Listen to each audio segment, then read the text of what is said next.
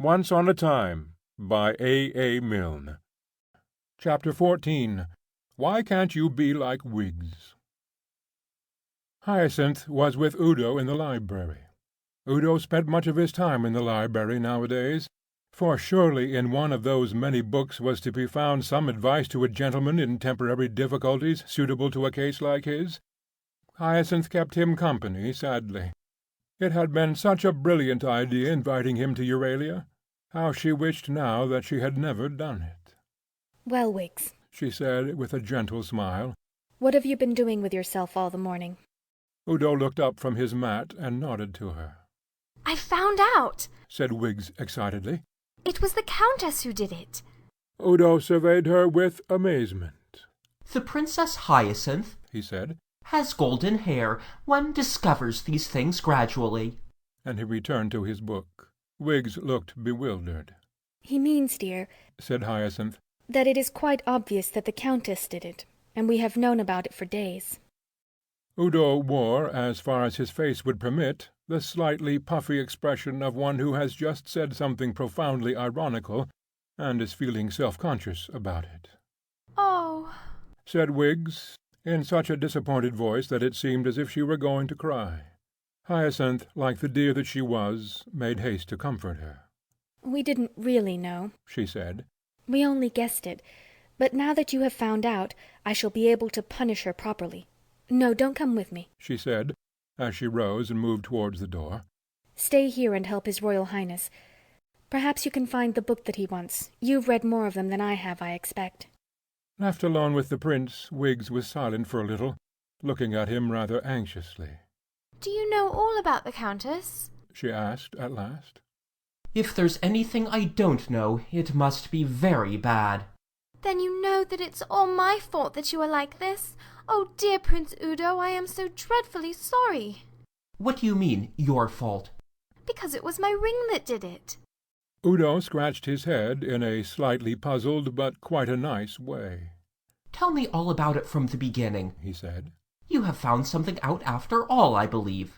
So Wiggs told her story from the beginning.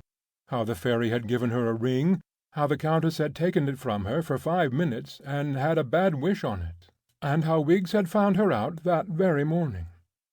Udo was intensely excited by the story. He trotted up and down the library, muttering to himself. He stopped in front of Wiggs as soon as she had finished. "Is the ring still going?" he asked. "I mean, can you have another wish on it?" "Yes, just one."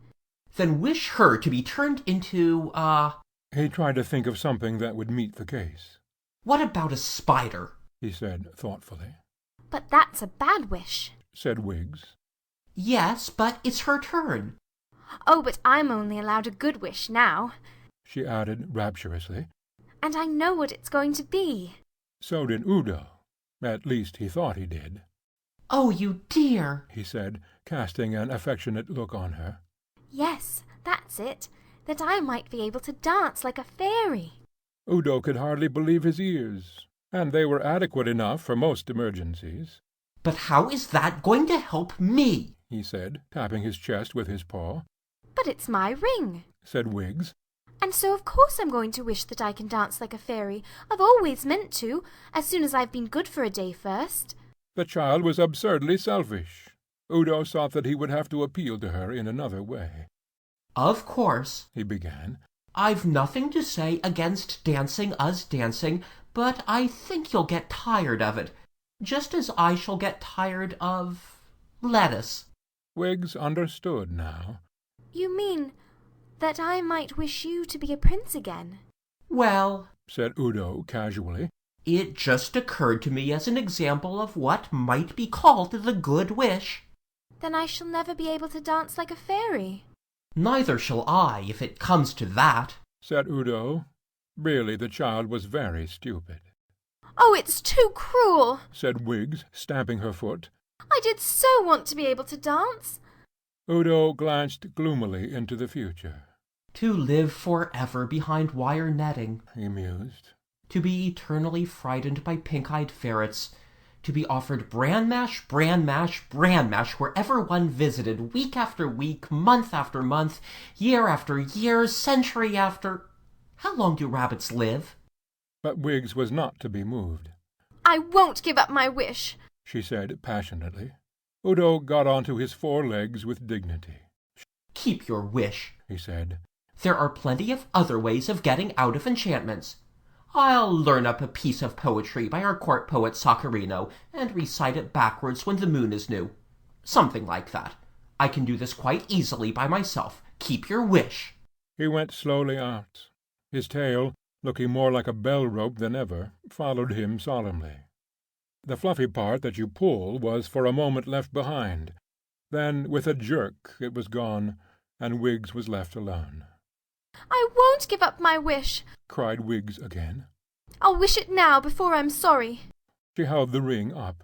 I wish that—" She stopped suddenly. "Poor Prince Udo, he seems very unhappy. I wonder if it is a good wish to dance when people are unhappy." She thought this out for a little, and then made her great resolve. "Yes," she said. "I'll wish him well again." Once more she held the ring up in her 2 hands. "I wish," she said, "that Prince Udo—" I know what you're going to say. It was no good her wishing her good wish, because she had been a bad girl the day before, making the Countess an apple-pie bed and all. Disgraceful. How could she possibly suppose— She didn't. She remembered just in time. "Oh, bother," said Wiggs, standing in the middle of the room with the ring held above her head. "I've got to be good for a day first. Bother!" So the next day was Wiggs' good day.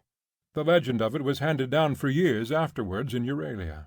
It got into all the calendars. July 20th it was, marked with a red star. In Roger's portentous volume it had a chapter devoted to it. There was some talk about it being made into a public holiday, he tells us, but this fell through. Euralian mothers used to scold their naughty children with the words, "Why can't you be like Wiggs?" And the children used to tell each other that there never was a real Wiggs, and that it was only a made-up story for parents. However, you have my word for it that it was true. She began by getting up at 5 o'clock in the morning, and after dressing herself very neatly, and being particularly careful to wring out her sponge, she made her own bed and tidied up the room. For a moment she thought of waking the grown-ups in the palace and letting them enjoy the beautiful morning too, but a little reflection showed her that this would not be at all a kindly act. So, having dusted the throne-room and performed a few simple physical exercises, she went outside and attended to the smaller domestic animals. At breakfast she had 3 helpings of something very nutritious, which the Countess said would make her grow, but only 1 helping of everything else. She sat up nicely all the time, and never pointed to anything or drank with her mouth full. After breakfast she scattered some crumbs on the lawn for the robins, and then got to work again. First she dusted and dusted and dusted. Then she swept and swept and swept.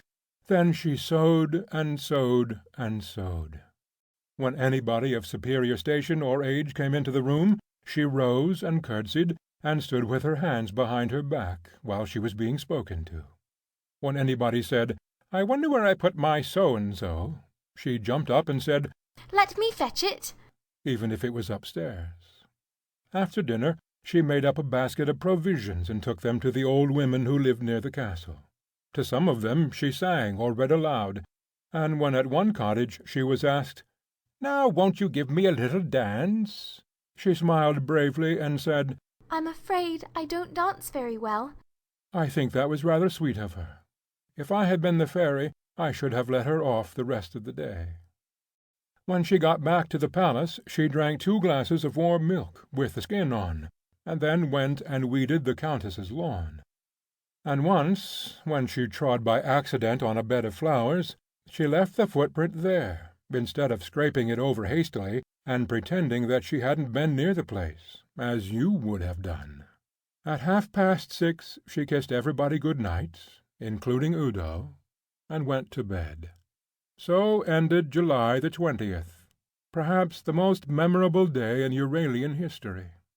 Udo and Hyacinth spent the great day peacefully in the library. A gentleman, for all his fur, Udo had not told the princess about Wiggs's refusal to help him. Besides, a man has his dignity. To be turned into a mixture of 3 animals by a woman of 30, and to be turned back again by a girl of 10, is to be too much the plaything of the sex. It was time he did something for himself. Now then, how did that bit of Soccerino's go? Let me see. He beat time with a paw. Blood for something like that. Blood for,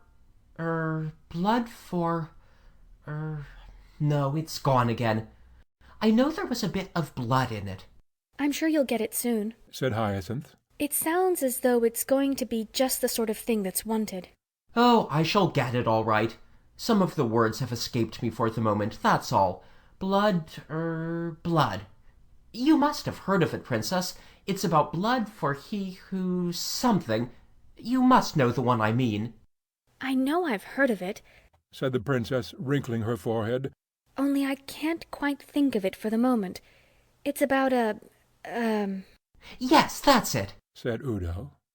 Then they both looked up at the ceiling with their heads on one side and murmured to themselves. But noon came, and they still hadn't thought of it. After a simple meal they returned to the library. I think I'd better write to Coronel, said Udo, and ask him about it. I thought you said his name was Soccerino. Oh, this is not the poet. It's just a friend of mine. But he's rather good at this sort of thing. The trouble is that it takes such a long time for a letter to get there and back. At the word letter, Hyacinth started suddenly.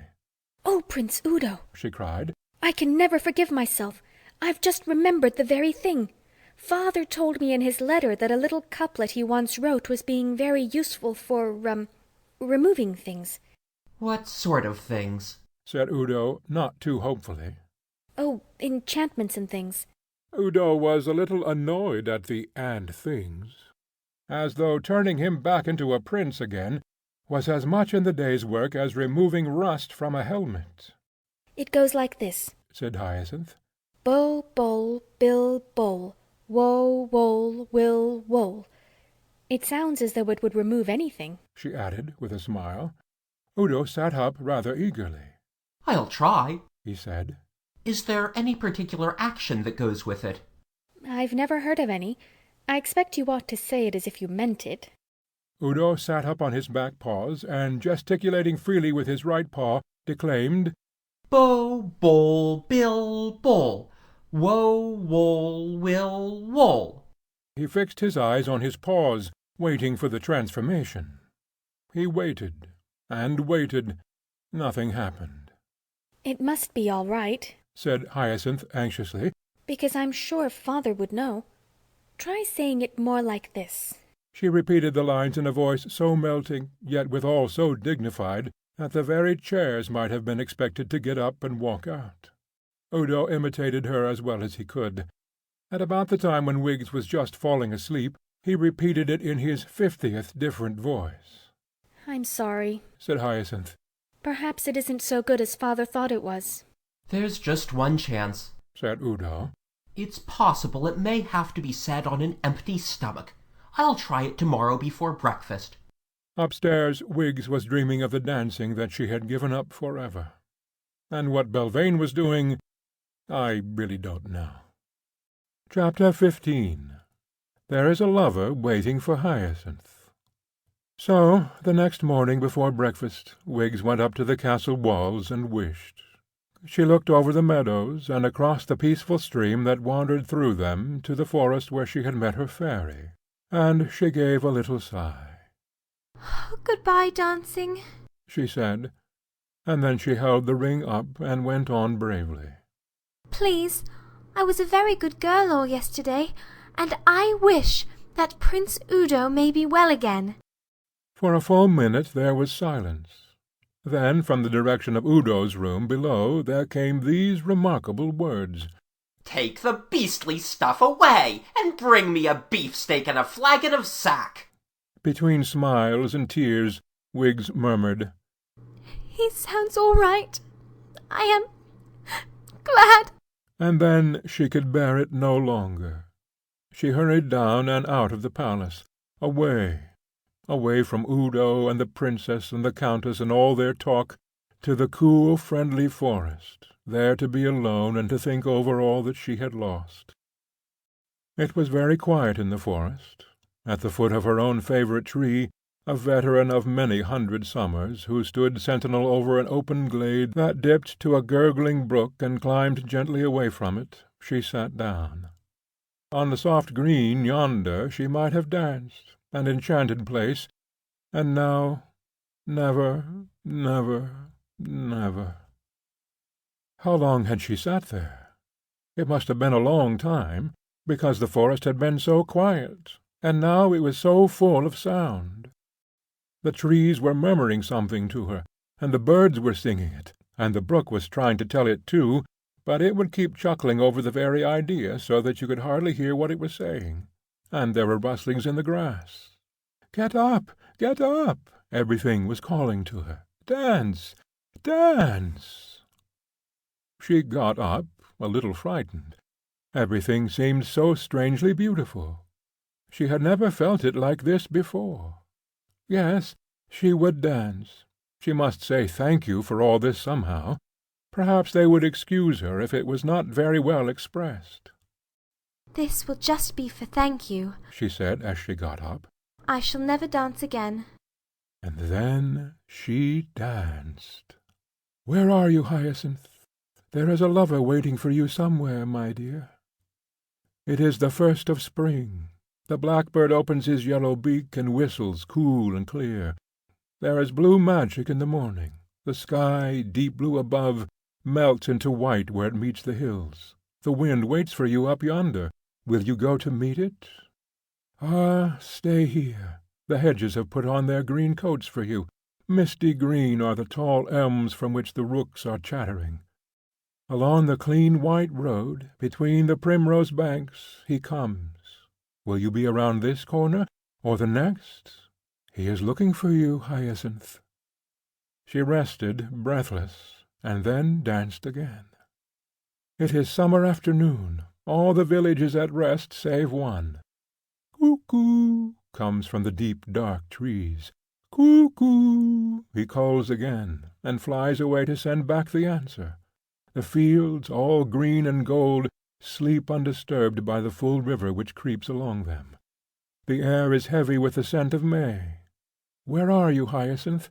Is not this the trysting place? I have waited for you so long." She stopped, and the watcher in the bushes moved silently away, his mind aflame with fancies. Wiggs went back to the palace to tell everybody that she could dance. "Shall we tell her how it happened?" said Udo jauntily. "I just recited a couple of lines. Poetry, you know, backwards, and, well, here I am." "Oh!"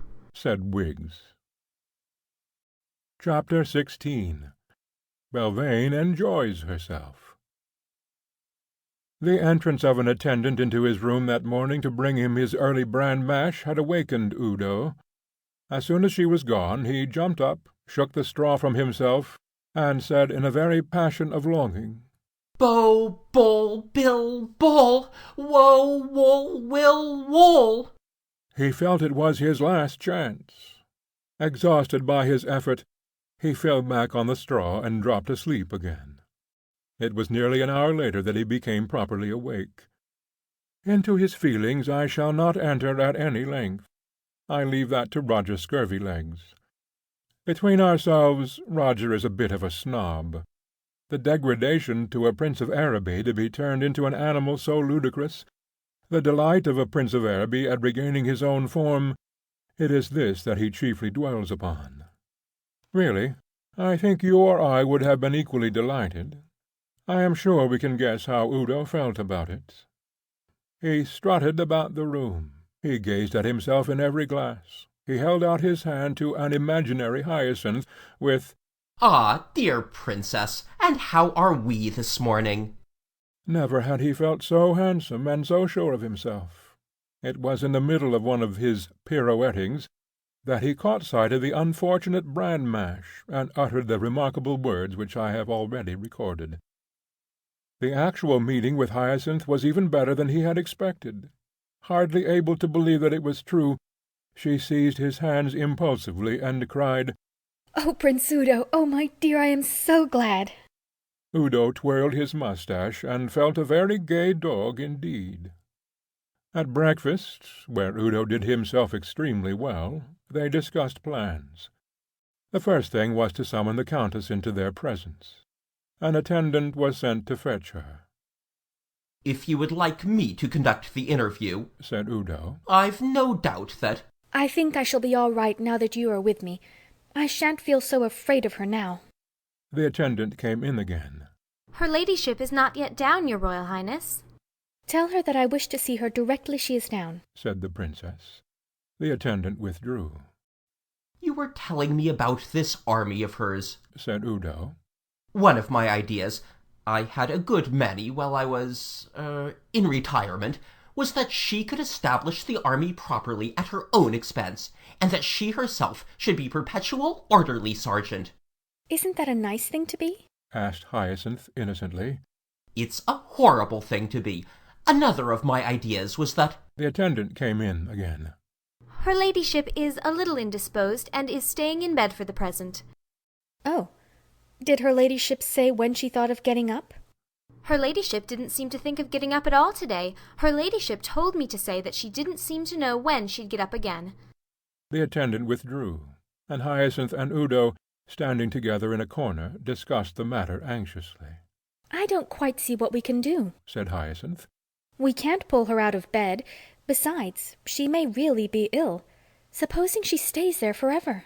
"Of course," said Udo, "it would be rather— You see, if we might possibly—" "Good morning, all," said Belvane, sweeping into the room. She dropped a profound curtsy to the princess.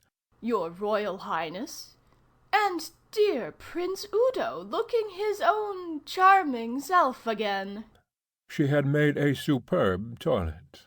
In her flowing gold brocade, cut square in front to reveal the whitest of necks, with her black hair falling in 2 braids to her knees and twined with pearls which were caught up in loops at her waist, she looked indeed a queen, while Hyacinth and Udo, taken utterly by surprise, seemed to be 2 conspirators whom she had caught in the act of plotting against her. I thought you weren't well, Countess," said Hyacinth, trying to recover herself. "I not well? cried Belvane, clasping her hands to her breast. I thought it was his Royal Highness who— but he's looking a true prince now." She turned her eyes upon him, and there was in that look so much of admiration, humour, appeal, impudence, I don't know what, and Roger cannot tell us either, that Udo forgot entirely what he was going to say, and could only gaze at her in wonder. Her mere entry dazzled him. There is no knowing with a woman like Belvane, and I believe she had purposely kept herself plain during those last few days, so that she might have the weapon of her beauty to fall back upon in case anything went wrong. Things had indeed gone wrong. Udo had become a man again, and it was against the man that this last weapon was directed. Udo himself was only too ready. The fact that he was once more attractive to women meant as much as anything to him. To have been attractive to Hyacinth would have contented most of us, but Udo felt a little uncomfortable with her. He could not forget the last few days, nor the fact that he had once been an object of pity to her. Now Belvane had not pitied him. Hyacinth had got control of herself by this time. "Enough of this, Countess," she said with dignity. "We have not forgotten the treason which you were plotting against the state. We have not forgotten your base attack upon our guest, Prince Udo. I order you now to remain within the confines of the palace until we shall have decided what to do with you. You may leave us." Belvane dropped her eyes meekly. "I am at your Royal Highness's commands. I shall be in my garden when your Royal Highness wants me." She raised her eyes, gave one fleeting glance to Prince Udo, and withdrew. "A hateful woman," said Hyacinth. "What shall we do with her?" "I think," said Udo, "that I had better speak to her seriously first. I have no doubt that I can drag from her the truth of her conspiracy against you. There may be others in it, in which case we shall have to proceed with caution.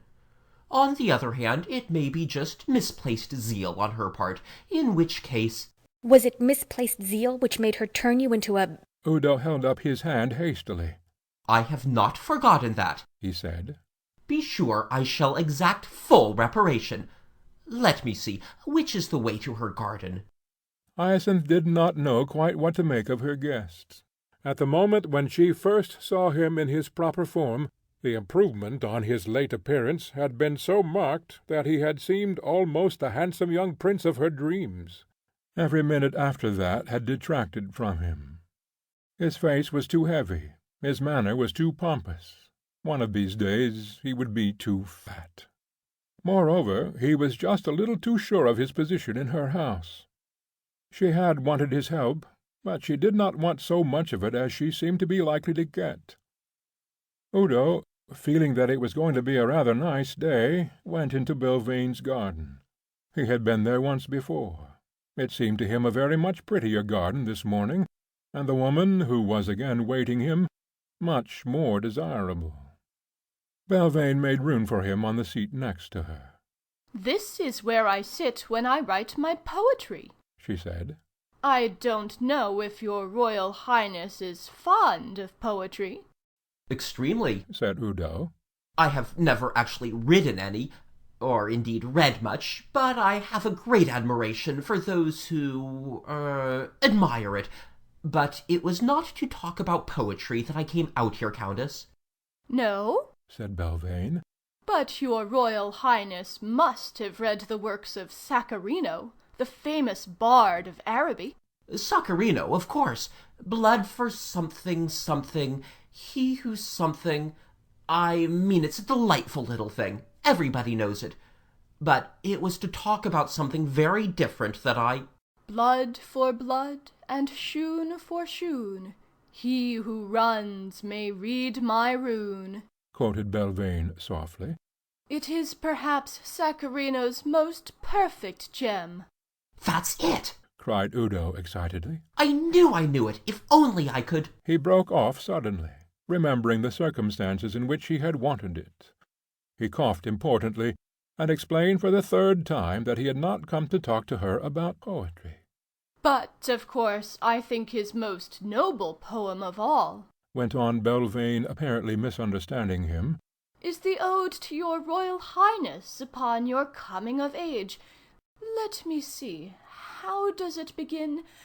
'Prince Udo, so dashing and bold, is apparently 18 years old. It is 18 years since this wonderful prince was born in the palace, I'm told.'" These court poets, said Udo with an air of unconcern. Flatter one, of course. If he expected a compliment, he was disappointed. "There I cannot judge," said Belvane. "until I know your Royal Highness better."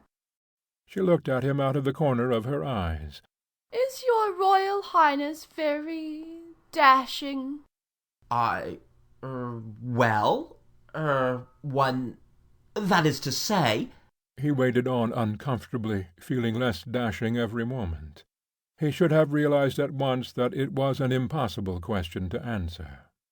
"Your Royal Highness," said Belvane modestly, "must not be too dashing with us poor Euralians." For the fourth time Udo explained that he had come there to speak to her severely, and that Belvane seemed to have mistaken his purpose. "Oh, forgive me, Prince Udo," she begged. "I quite thought that you had come out to commune soul to soul with a fellow lover of the beautiful."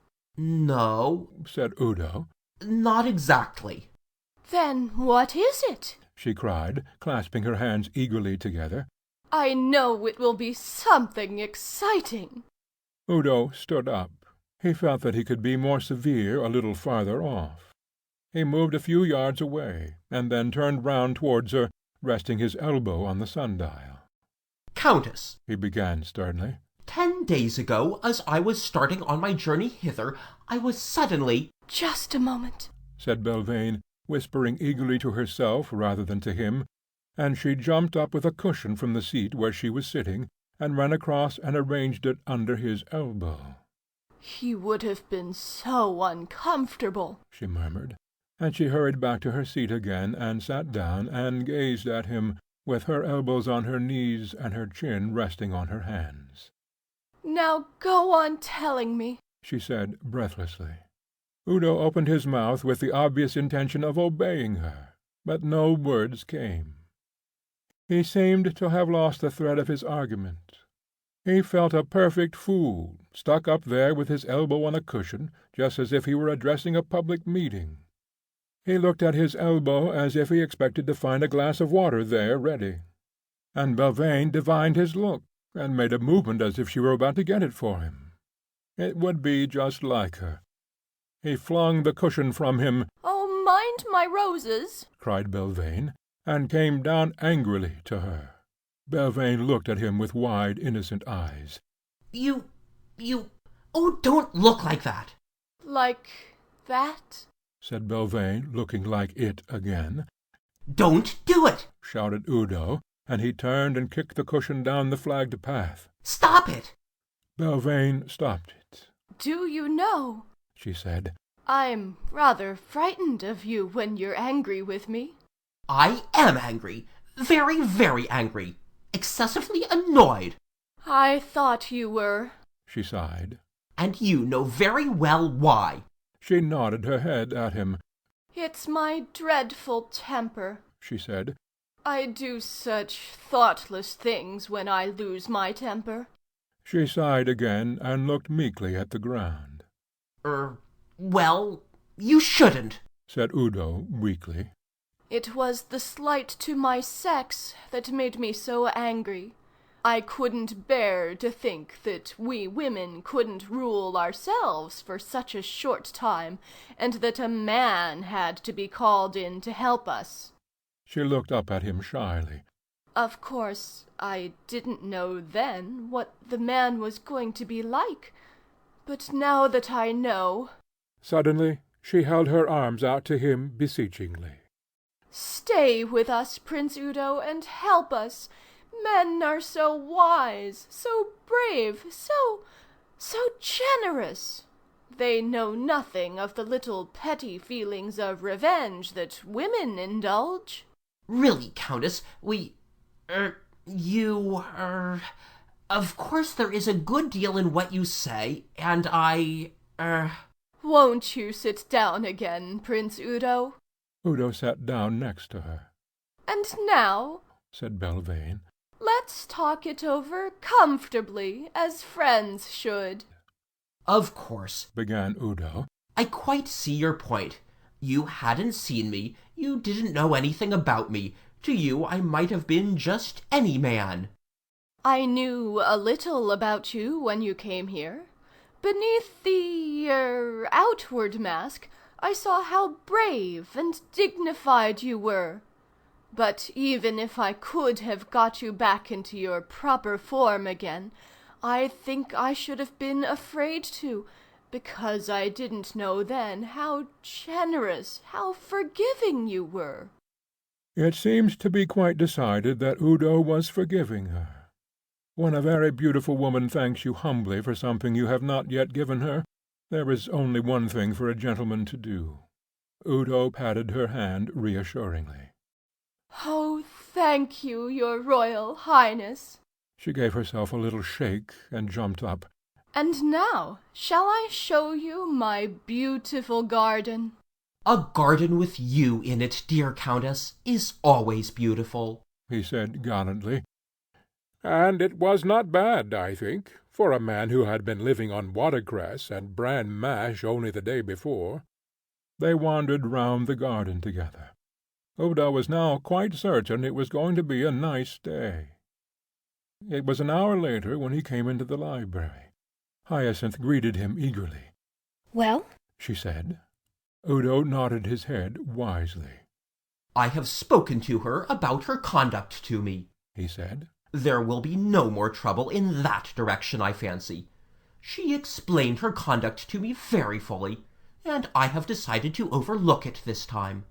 "But her robberies, her plots, her conspiracy against me?" Udo looked blankly at her for a moment, and then pulled himself together. I am speaking to her about that this afternoon, he said. Chapter 17. The King of Barodia drops the whisker habit. King Merriwig sat in his tent, his head held well back, his eyes gazing upwards. His rubicund cheeks were for the moment a snowy white. A hind of the name of Carlo had him firmly by the nose. Yet King Merriwig neither struggled nor protested. He was, in fact, being shaved. The court barber was in his usual conversational mood. He released his Majesty's nose for a moment, and as he turned to sharpen his razor, remarked, "Terrible war, this." "Terrible," agreed the king. "Don't seem no end to it, like." "Well, well," said Merriwig. "we shall see." The barber got to work again. "Do you know what I should do to the King of Barodia if I had him here?" Merriwig did not dare to speak, but he indicated with his right eye that he was interested in the conversation. "I'd shave his whiskers off," said Carlo firmly. The king gave a sudden jerk, and for the moment there were signs of a battle upon the snow. Then the king leant back again, and in another minute or so the operation was over. "It will soon be all right," said Carlo, mopping at his Majesty's chin. "Your Majesty shouldn't have moved." "It was my own fault, Carlo. You gave me a sudden idea, that's all." "You're welcome, Your Majesty." As soon as he was alone, the king took out his tablets. On these he was accustomed to record any great thoughts which occurred to him during the day. He now wrote in them these noble words: "Jewels of wisdom may fall from the meanest of hinds." He struck a gong to summon the Chancellor into his presence. "I have a great idea," he told the Chancellor. The Chancellor hid his surprise and expressed his pleasure. "Tonight I propose to pay a secret visit to His Majesty the King of Barodia. Which of the many tents yonder have my spies located as the royal one?"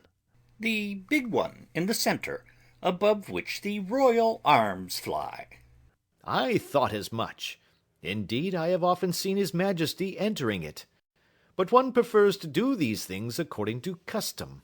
Acting on the information given me by my trusty spies, I propose to enter the King of Barodia's tent at the dead of night and—" The Chancellor shuddered in anticipation.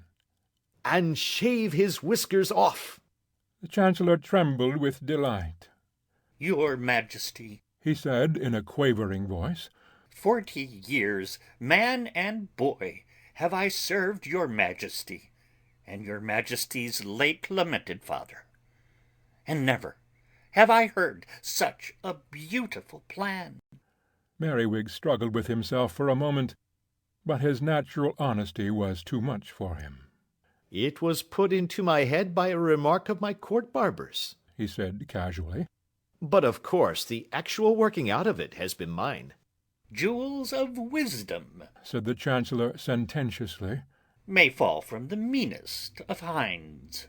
"I suppose," said Merriwig, taking up his tablets and absently scratching out the words written thereon, "there is nothing in the rules against it?" "By no means, your Majesty. In the annuals of Euralia there are many instances of humour similar to that which your Majesty suggests.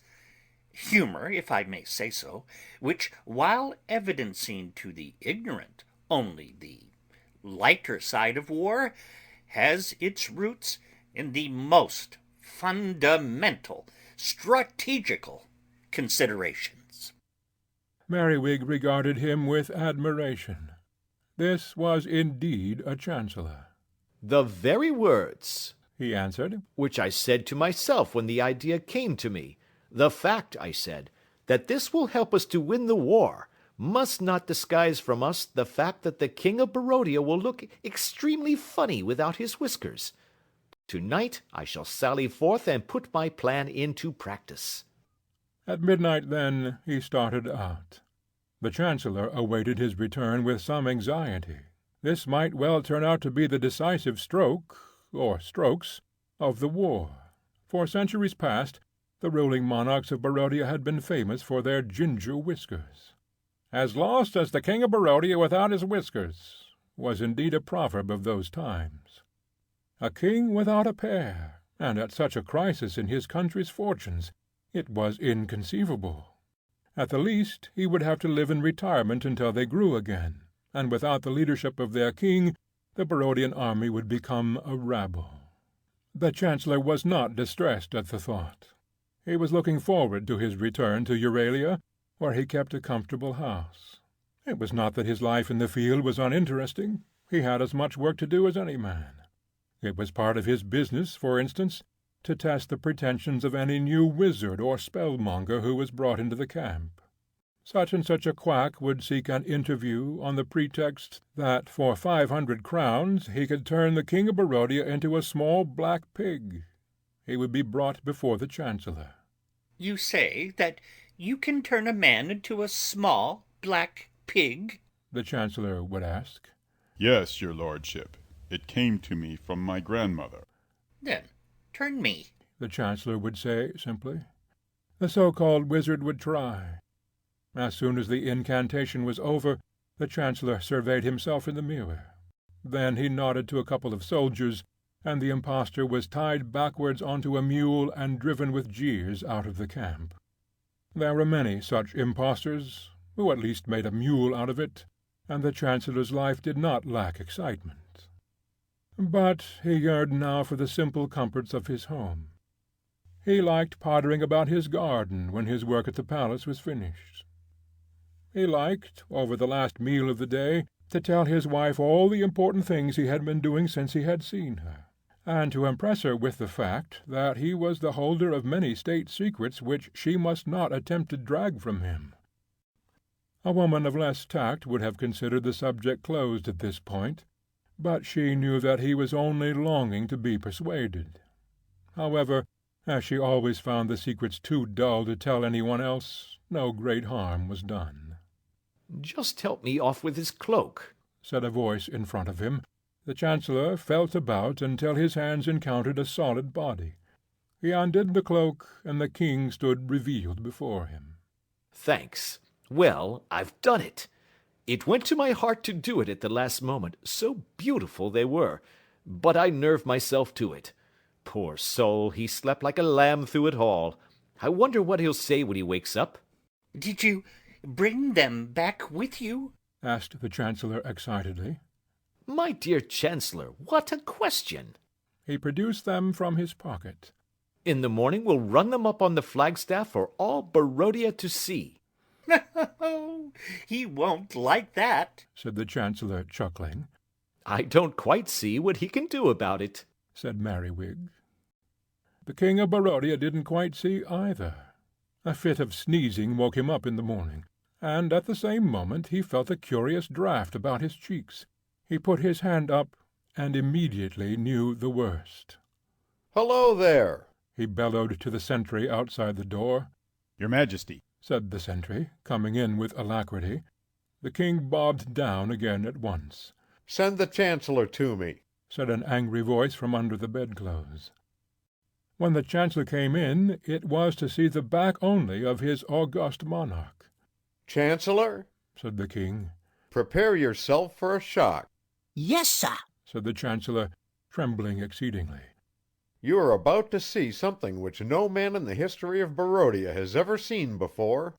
The Chancellor, not having the least idea what to expect, waited nervously.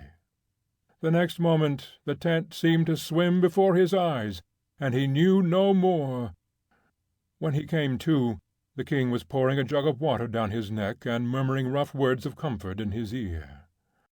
"Oh, your Majesty," said the poor Chancellor. "Your Majesty, I don't know what to say. Your Majesty." He mopped at himself as he spoke, and the water trickled from him onto the floor. "Pull yourself together," said the king sternly. "We shall want all your wisdom, which is notoriously not much, to help us in this crisis." "Your Majesty, who has dared to do this grievous thing?" "You fool! How should I know? Do you think they did it while I was awake?" The Chancellor stiffened a little. He was accustomed to being called a fool, but that was by a man with a terrifying pair of ginger whiskers. From the rather fat and uninspiring face in front of him, He was inclined to resent it. What does your Majesty propose to do? He asked shortly. I propose to do the following. Upon you rests the chief burden. The Chancellor did not look surprised. It will be your part to break the news as gently as possible to my people. You will begin by saying that I am busy with a great enchanter who has called to see me, and that therefore I am unable to show myself to my people this morning. Later on in the day you will announce that the enchanter has shown me how to defeat the wicked Euralians. You will dwell upon the fact that this victory, as assured by him, involves an overwhelming sacrifice on my part, but that for the good of my people I am willing to endure it. Then you will solemnly announce that the sacrifice I am making, have indeed already made, is nothing less than— What are all those fools cheering for out there? A mighty roar of laughter rose to the sky. Here, what's it all about? Just go and look. The Chancellor went to the door of the tent and saw. He came back to the king, striving to speak casually. Just a humorous emblem that the Euralians have raised over their camp, he said. It wouldn't amuse your Majesty. I am hardly in a mood for joking, said the king. Let us return to business. As I was saying, you will announce to the people that the enormous sacrifice which their king is prepared to make for them consists of— There they go again! I must really see what it is. Just pull the door back so that I may see without being seen. It really wouldn't amuse your Majesty. Are you implying that I have no sense of humor? Said the king sternly. Oh, no, sire, but there are certain jokes in the poorest taste, that would naturally not appeal to so delicate a palate as your Majesty's. This strikes me as one of them. Of that I am the best judge, said the king coldly. Open the door at once. The Chancellor opened the door, and there, before the king's eyes, flaunting themselves in the breeze beneath the royal standard of Euralia, waved his own beloved whiskers. The King of Barodia was not a lovable man, and his daughters were decidedly plain, but there are moments when one cannot help admiring him. This was one of them. You may shut the door, he said to the Chancellor. The instructions which I gave to you just now, he went on in the same cold voice, are cancelled. Let me think for a moment. He began to walk up and down his apartment. You may think, too, he added kindly. If you have anything not entirely senseless to suggest, you may suggest it. He continued his pacings. Suddenly he came to a dead stop. He was standing in front of a huge mirror. For the first time since he was 17, he had seen his face without whiskers. His eyes still fixed on his reflection, he beckoned the Chancellor to approach. Come here, he said, clutching him by the arm. You see that? He pointed to the reflection. That is what I look like? The mirror hasn't made a mistake of any kind? That is really and truly what I look like? Yes, sire. For a little while the king continued to gaze fascinated at his reflection, and then he turned to the Chancellor. You coward, he said. You weak-kneed, jelly-souled, paper-livered imitation of a man. You cringe to a king who looks like that? Why, you ought to kick me. The Chancellor remembered that he had one kick owing to him. He drew back his foot, and then a thought occurred to him. You might kick me back, he pointed out. I certainly should, said the king. The Chancellor hesitated a moment. I think, he said, that these private quarrels in the face of the common enemy are to be deplored. The king looked at him, gave a short laugh, and went on walking up and down. That face again, he sighed as he came opposite the mirror. No, it's no good. I can never be king like this. I shall abdicate. But, your Majesty, this is a very terrible decision. Could not your Majesty live in retirement until your Majesty has grown your Majesty's whiskers again? Surely this is... The king came to a stand opposite him and looked down on him gravely. "Chancellor," he said, "those whiskers which you have just seen fluttering in the breeze have been for more than 40 years my curse.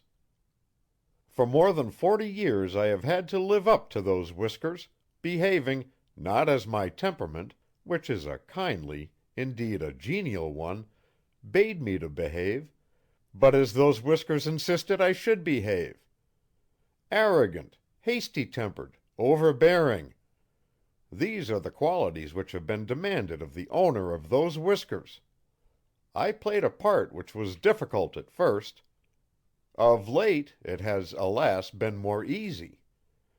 The king came to a stand opposite him and looked down on him gravely. "Chancellor," he said, "those whiskers which you have just seen fluttering in the breeze have been for more than 40 years my curse. For more than 40 years I have had to live up to those whiskers, behaving, not as my temperament, which is a kindly, indeed a genial one, bade me to behave, but as those whiskers insisted I should behave. Arrogant, hasty-tempered, overbearing. These are the qualities which have been demanded of the owner of those whiskers. I played a part which was difficult at first.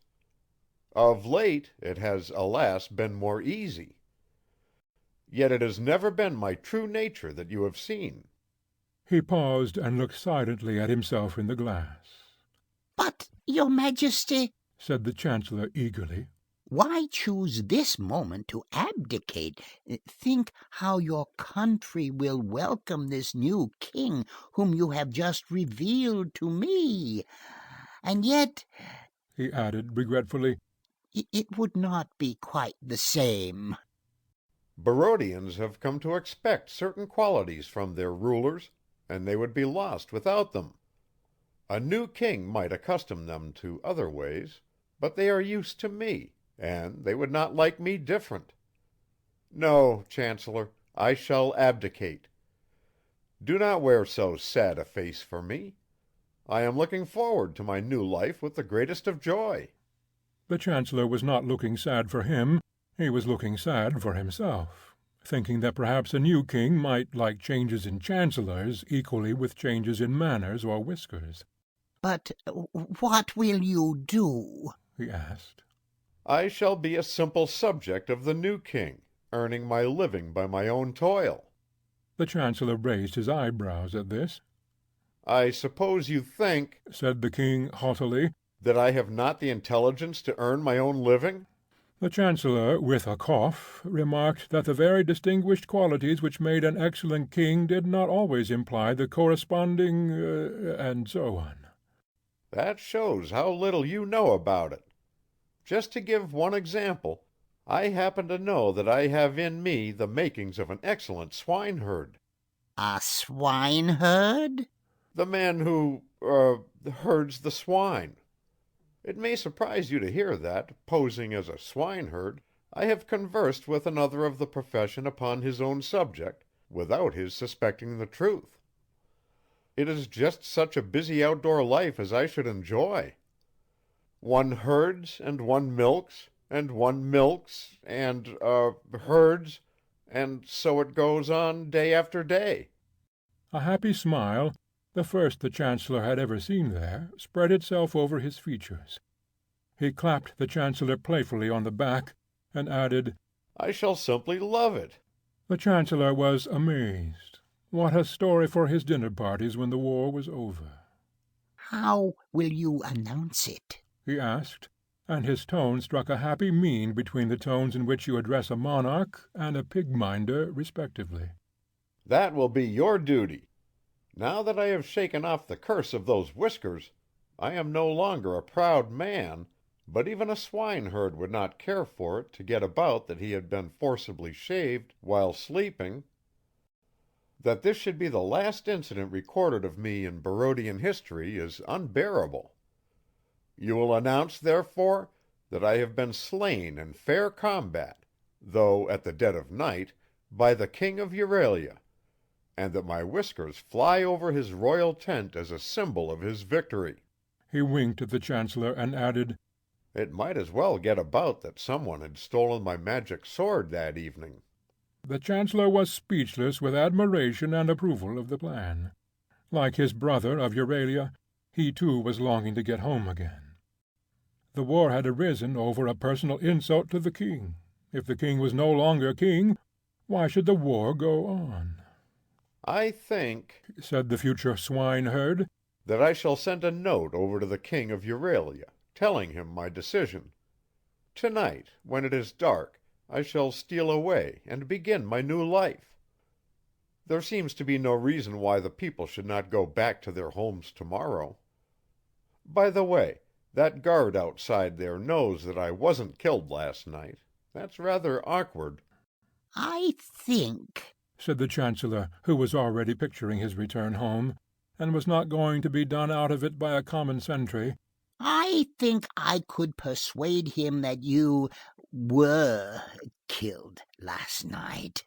"Oh, well then, that's all right." He drew a ring from his finger. "Perhaps this will help him to be persuaded. Now, leave me while I write to the king of Euralia." It was a letter which Merriwig was decidedly glad to get. It announced bluntly that the war was over, and added that the king of Barodia proposed to abdicate. His son would rule in his stead, but he was a harmless fool, and the king of Euralia need not bother about him. The king would be much obliged if he would let it get about that the whiskers had been won in a fair fight. This would really be more to the credit of both of them. Personally, he was glad to be rid of the things, but one has one's dignity.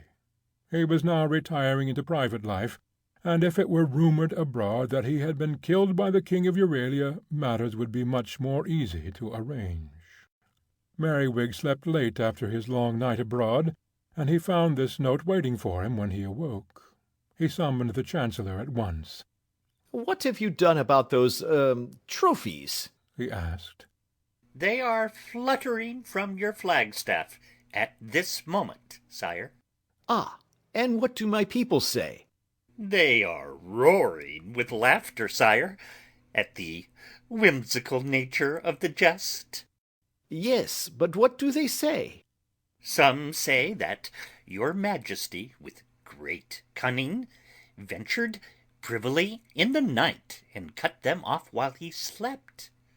Others, that with great bravery you defeated him in mortal combat, and carried them away as the spoils of the victor."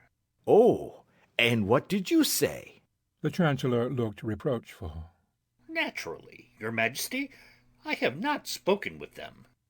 "Ah, well, I have been thinking it over in the night, and I remember now that I did kill him. You understand?" "Your Majesty's skill in sword play will be much appreciated by the people." "Quite so," said the king hastily. "Well, that's all. I'm getting up now, and we're all going home tomorrow." The Chancellor went out, rubbing his hands with delight. Chapter 18. The Veteran of the Forest entertains two very young people. Do you remember the day when the Princess Hyacinth and Wiggs sat upon the castle walls and talked of Udo's coming? The Princess thought he would be dark, and Wiggs thought he would be fair, and he was to have the purple room, or was it the blue? And, anyhow, he was to put the Countess in her place and bring happiness to Euralia.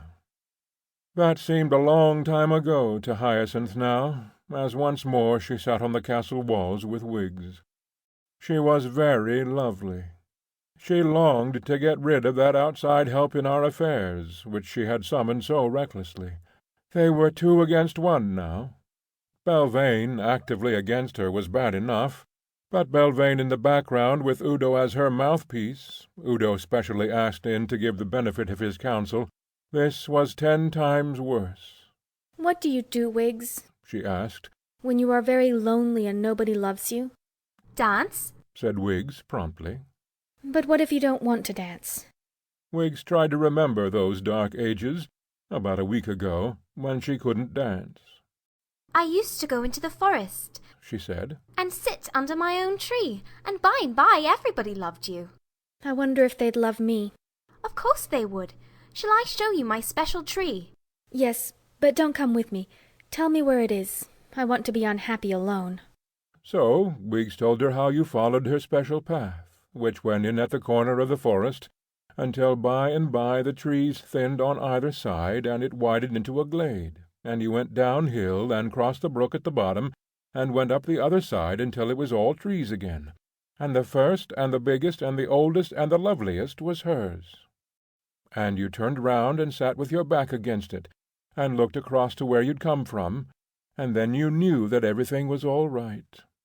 I shall find it, said Hyacinth as she got up. Thank you, dear. She found it.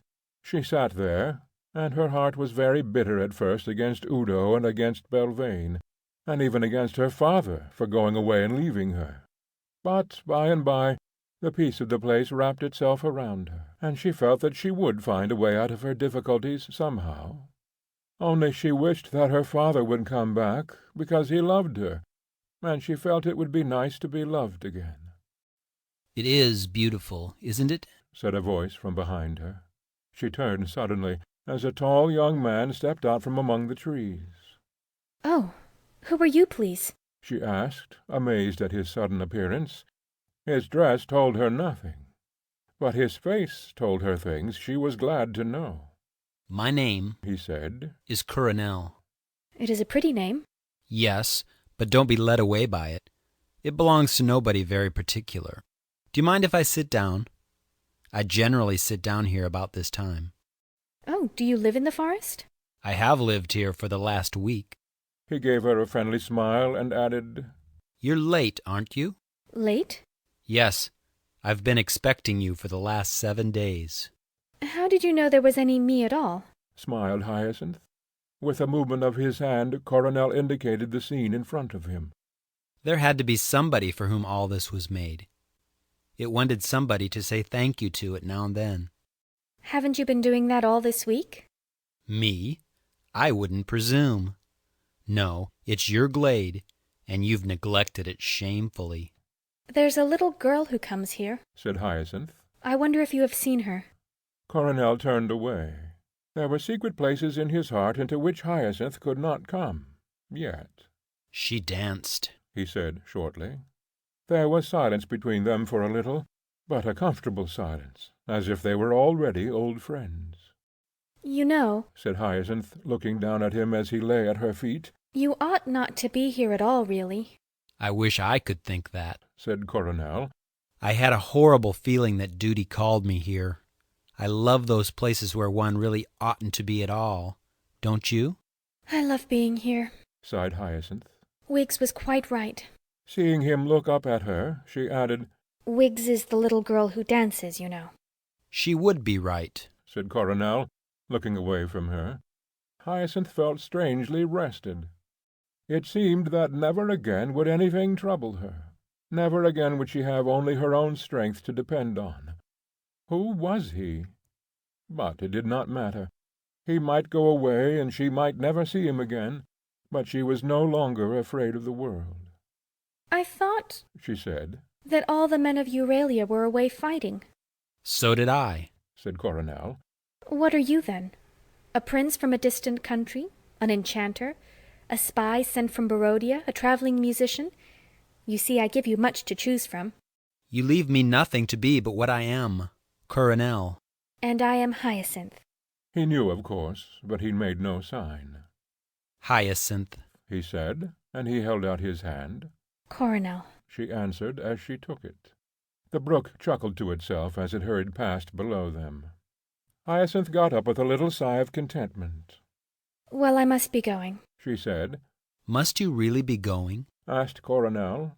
"I wasn't saying good-bye, you know." "I really must." "It's a surprising thing about the view from here," said Coronel, "that it looks just as nice tomorrow. Tomorrow about the same time." "That's a very extraordinary thing," smiled Hyacinth. "Yes, but it's one of those things that you don't want to take another person's word for." "You think I ought to see for myself? Well, perhaps I will." Give me a whistle if I happen to be passing, said Coronel casually. and tell me what you think. Goodbye, Hyacinth. Goodbye, Coronel. She nodded her head confidently at him, and then turned round and went off daintily down the hill. Coronel stared after her.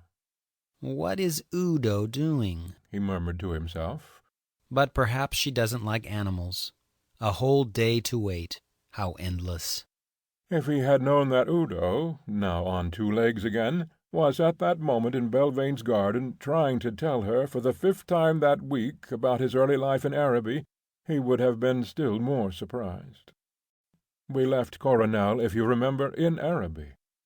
For 3 or 4 days he remained there, wondering how Udo was getting on, and feeling more and more that he ought to do something about it. On the 4th day he got onto his horse and rode off again.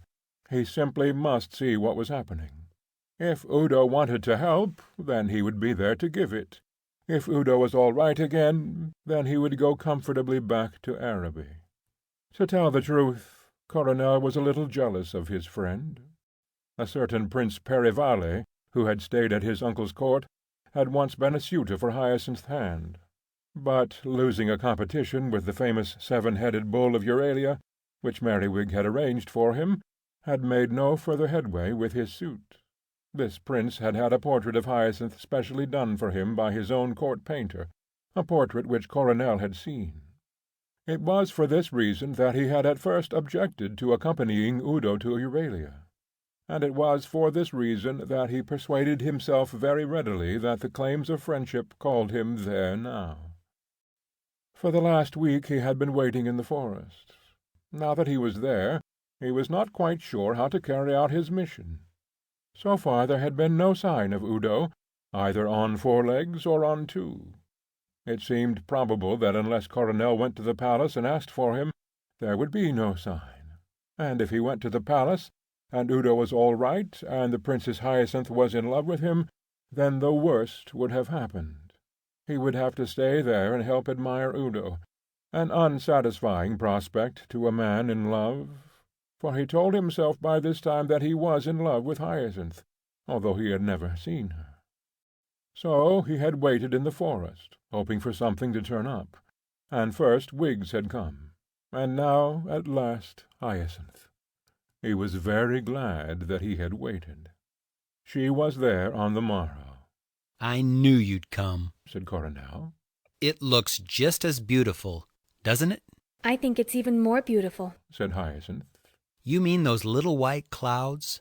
That was my idea, putting those in. I thought you'd like them. I wondered what you did all day. Does it keep you very busy? Oh, said Coronel, I have time for singing. Why do you sing? Because I'm young, and the forest is beautiful. I have been singing this morning, too. Why? asked Coronel eagerly. Because the war with Barodia is over. Oh, said Coronel, rather taken aback. That doesn't interest you. Yet, if you were a Euralian... But it interests me extremely. Let us admire the scene for a moment while I think. Look, there is another of my little clouds. Coronel wondered what would happen now. If the king were coming back, then Udo would be wanted no longer save as a suitor for Hyacinth's hand. If, then, he returned, it would show that... But suppose he was still an animal? It was doubtful he would go back to Araby as an animal, and then there was another possibility. Perhaps he had never come to Euralia at all. Here were a lot of questions to be answered, and here next to him was one who could answer them. But he must go carefully. 97, 98, 99, 100, he said aloud. There, I've finished my thinking, and you've finished your looking. And what have you decided? Smiled Hyacinth. Decided? Said Coronel, rather startled. Oh, no, I wasn't deciding anything. I was just thinking. I was thinking about animals. So was I. How very curious, and also how wrong of you. You were supposed to be admiring my clouds. What sort of animals were you thinking about?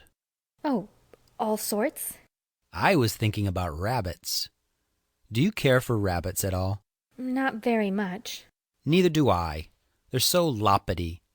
Do you like lions? I think their tales are rather silly, said Hyacinth. Yes, perhaps they are. Now, a woolly lamb. I'm not very fond of woolly lambs just now. No? Well, they're not very interesting. It's a funny thing, he went on casually, trying to steal a glance at her, that we should be talking about those 3 animals, because I once met somebody who was a mixture of all 3 together at the same time. So did I, said Hyacinth gravely, but he saw her mouth trembling, and suddenly she turned round and caught his eye, and then they burst out laughing together. Poor Udo, said Coronel. And how is he looking now? He is all right again now. All right again? Then why isn't he? But I'm very glad he isn't. I didn't like him, said Hyacinth, blushing a little, and then she went on bravely. But I think he found he didn't like me first. He wants humoring, said Coronel. It's my business to humor him. It isn't yours. Hyacinth looked at him with a new interest. Now I know who you are, she said. He talked about you once. What did he say? Asked Coronel, obviously dying to know. He said you were good at poetry. Coronel was a little disappointed. He would have preferred Hyacinth to have been told that he was good at dragons. However, they had met now, and it did not matter. Princess, he said suddenly, I expect you wonder what I am doing here.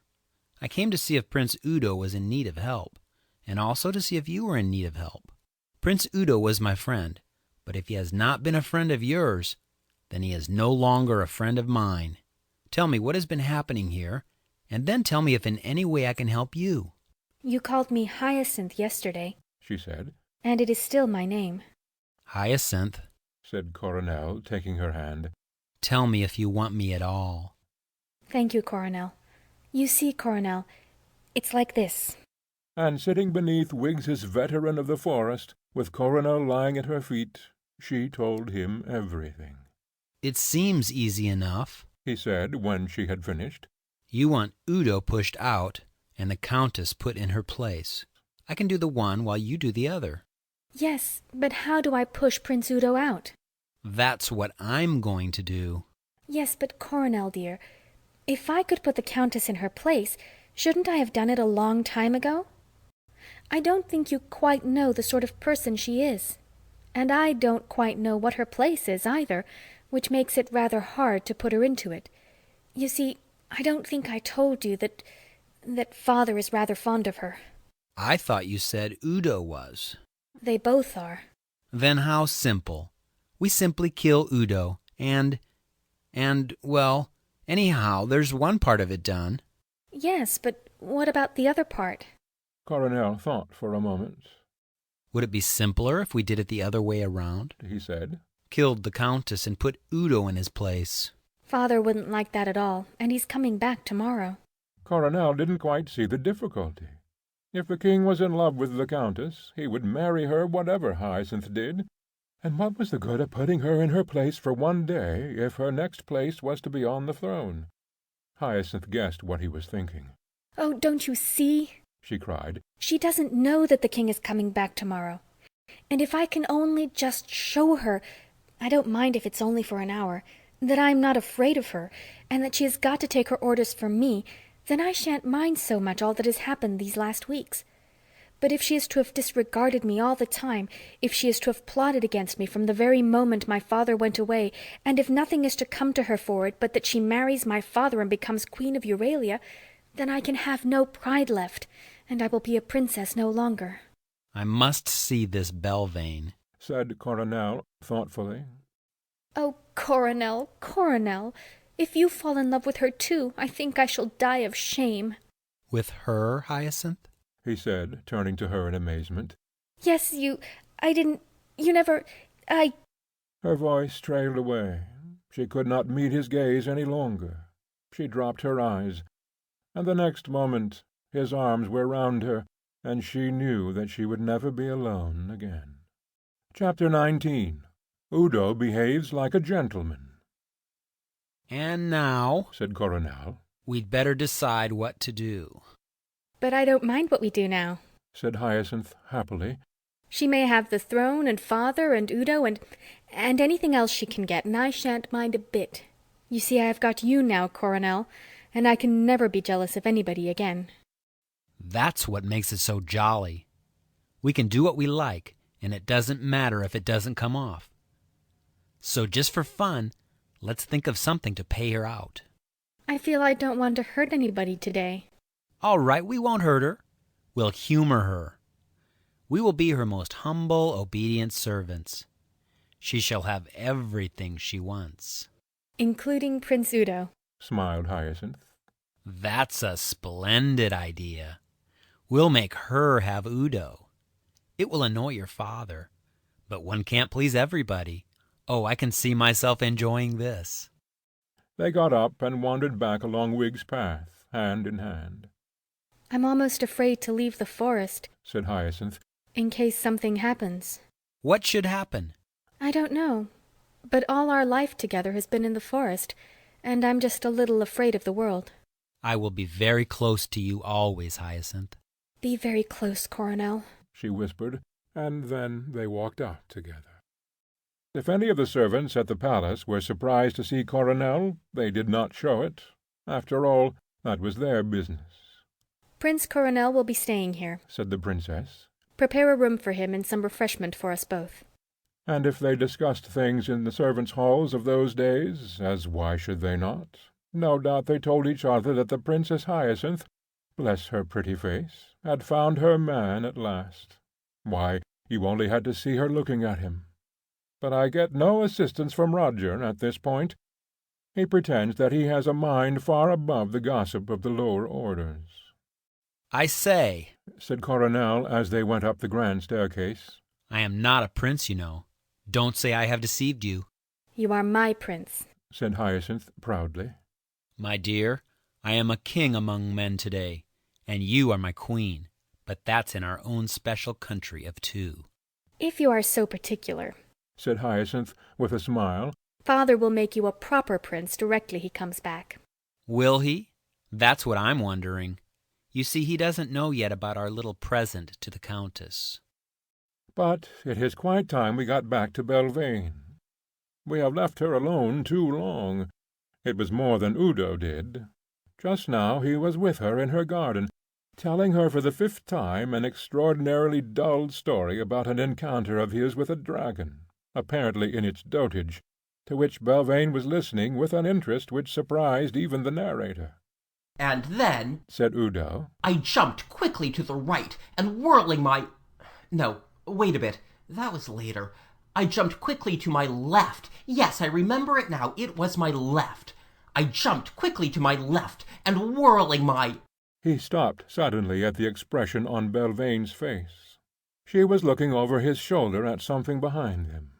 "Why, whoever is this?" she said, getting to her feet. Before Udo had completely cleared his mind of his dragon, the princess and Coronel were upon them. "Ah, Countess, I thought we should find you together," said Hyacinth archly. "Let me present you to my friend, the Duke Coronel.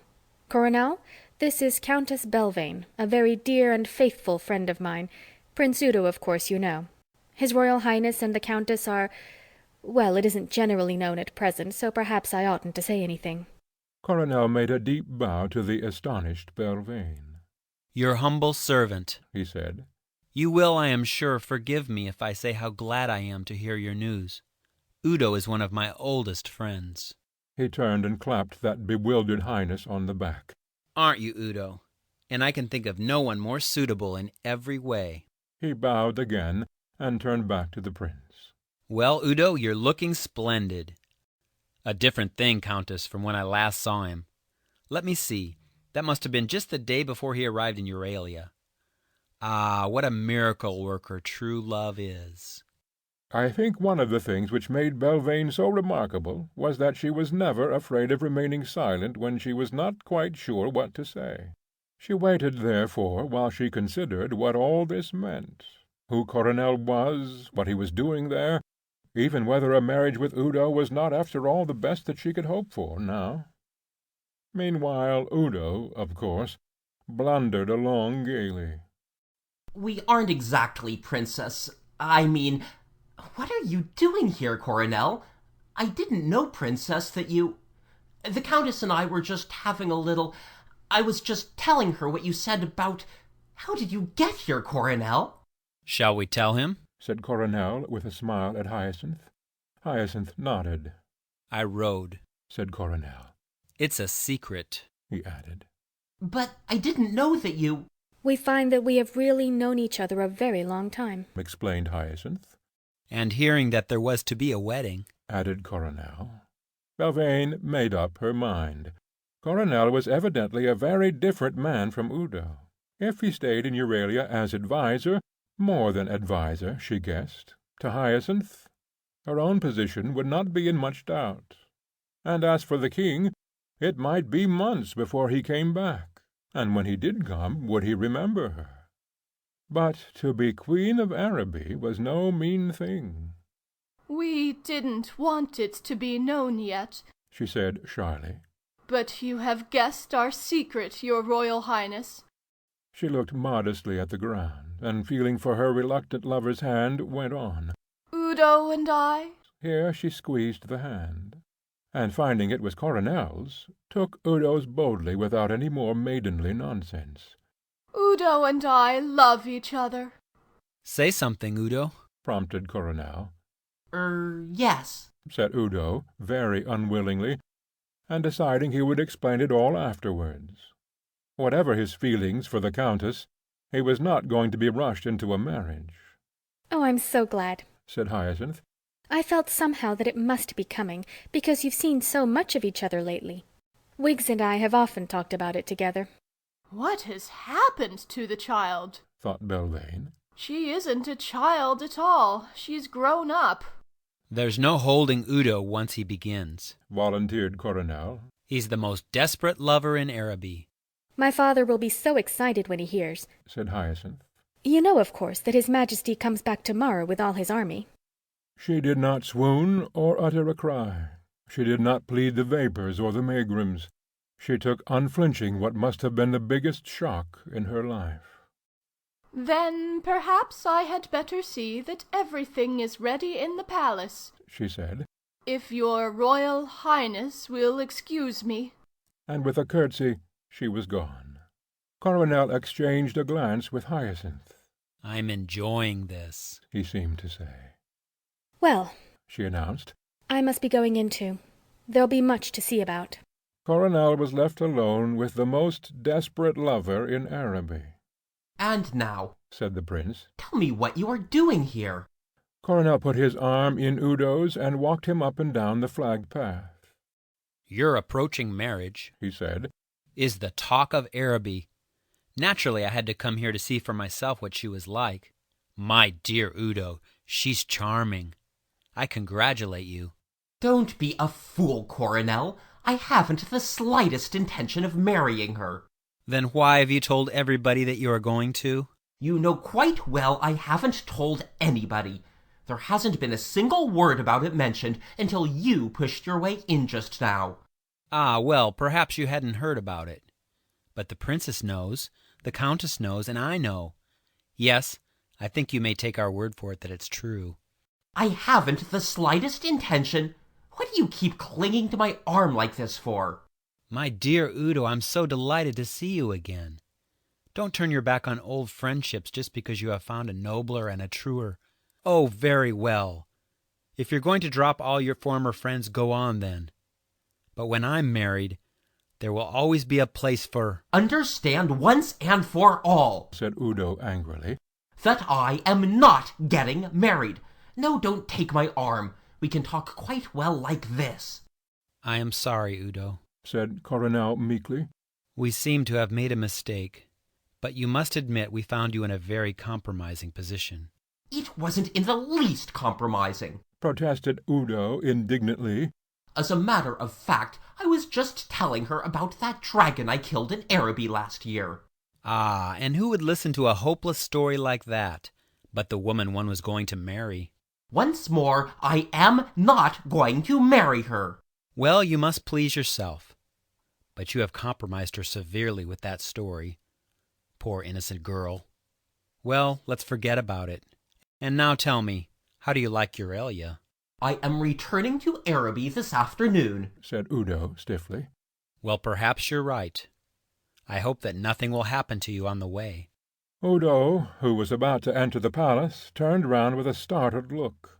What do you mean? Well, something happened on the way here. By the by, how did that happen? You never told me. Your precious countess, whom you expect me to marry. How very unkind of her. A nasty person to annoy. He was silent for a moment, and then added thoughtfully, I suppose it is rather annoying to think you're going to marry somebody whom you love very much, and then find you're not going to. Udo evidently hadn't thought of this. He tried to show that he was not in the least frightened. She couldn't do anything. It was only by a lucky chance she did it last time. Yes, but of course the chance might come again. You'd have the thing hanging over you always. She's clever, you know. And I should never feel quite safe if she were my enemy. Lovely flowers, aren't they? What's the name of this one? Udo dropped undecidedly into a seat. This wanted thinking out. The Countess. What was wrong with her, after all? And she evidently adored him. Of course, that was not surprising.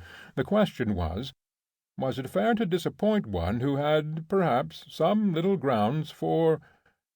After all, he had been no more gallant than was customary from a prince and a gentleman to a beautiful woman. It was her own fault if she had mistaken his intentions. Of course, he ought to have left Euralia long ago, but he had stayed on, and, well, decidedly she was beautiful. Perhaps he had paid rather too much attention to that, and he had certainly neglected the princess a little. After all, again, why not marry the Countess? It was absurd to suppose there was anything in Coronel's nonsense, but one never knew. Not that he was marrying her out of fear. No, certainly not. It was simply a chivalrous whim on his part. The poor woman had misunderstood him, and she should not be disappointed. She seems fond of flowers, said Coronel. You ought to make the palace garden look beautiful between you. Now understand clearly, Coronel, I'm not in the least frightened by the Countess. My dear Udo, what a speech for a lover. Of course you're not. After all, what you bore with such patience and dignity once, you can bear again. That subject is distasteful to me. I must ask you not to refer to it. If I marry the Countess... You'll be a very lucky man, put in Coronel. I happen to know that the King of Euralia... However, she's chosen you, it seems. Personally, I can't make out what she sees in you. What is it? I should have thought it was quite obvious, said Udo with dignity. Well, Coronel, I think perhaps you are right, and that it's my duty to marry her. Coronel shook him solemnly by the hand. I congratulate your Royal Highness. I will announce your decision to the princess. She will be much delighted. And he turned into the palace. Pity him, you lovers. He had not seen Hyacinth for nearly 10 minutes. Chapter 20. Coronel knows a good story when he hears it. I quote, with slight alterations, from an epic by Charlotte Patacake, a contemporary poet of the country. King Merriwig I rode back from war, as many other kings had done before. 500 men behind him were in sight. Left, right, left, right, left, right, left, right, left, right. So far as is known, this was her only work, but she built up some reputation on it, and Belvane, who was a good judge, had a high opinion of her genius. To be exact, there were only 499 men. Henry Smallnose, a bowman of considerable promise, had been left behind in the enemy's country, the one casualty of war. While spying out the land in the early days of the invasion, he had been discovered by the chief armourer of Barodia at full length on the wet grass searching for tracks. The chief armourer, a kindly man, had invited him to his cottage, dried him and given him a warming drink, and had told him that if ever his spying took him that way again, he was not to stand on ceremony, but come in and pay him a visit. Henry, having caught a glimpse of the chief armourer's daughter, had accepted without any false pride, and had frequently dropped in to supper thereafter. Now that the war was over, he found that he could not tear himself away. With King Merriwig's permission he was settling in Barodia, and with the chief armourer's permission he was starting on his new life as a married man.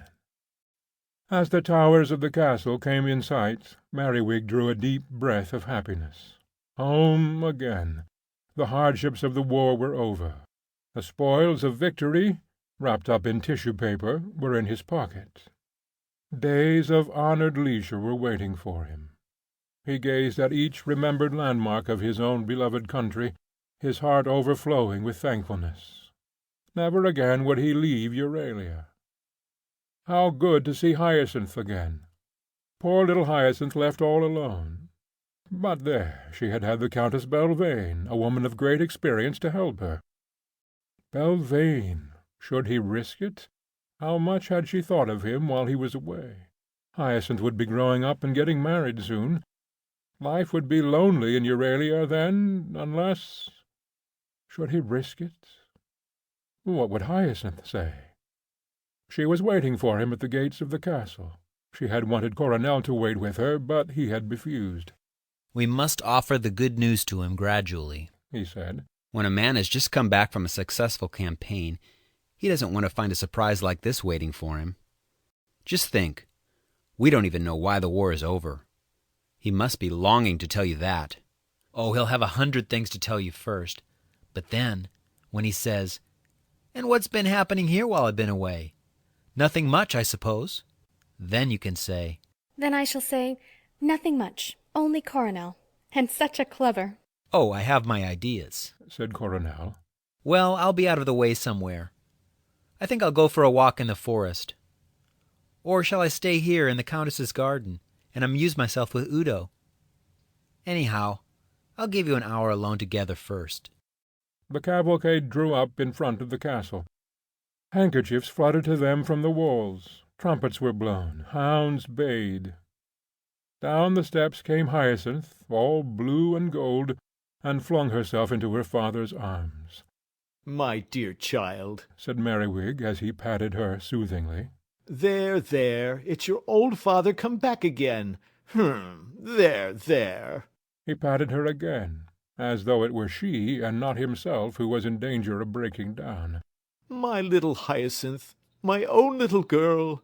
"Oh, father, I am glad to have you back." "There, there, my child. Now I must just say a few words to my men, and then we can tell each other all that has been happening." He took a step forward and addressed his troops.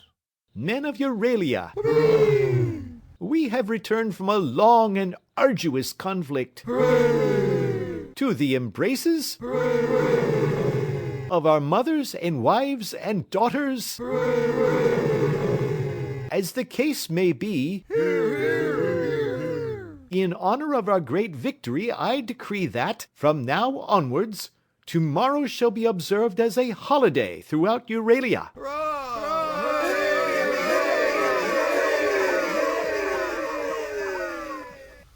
I bid you all now return to your homes, and I hope that you will find as warm a welcome there as I have found in mine." Here he turned and embraced his daughter again, and if his eye travelled over her shoulder in the direction of Belvane's garden, it is a small matter, and one for which the architect of the castle no doubt was principally to blame. There was another storm of cheers.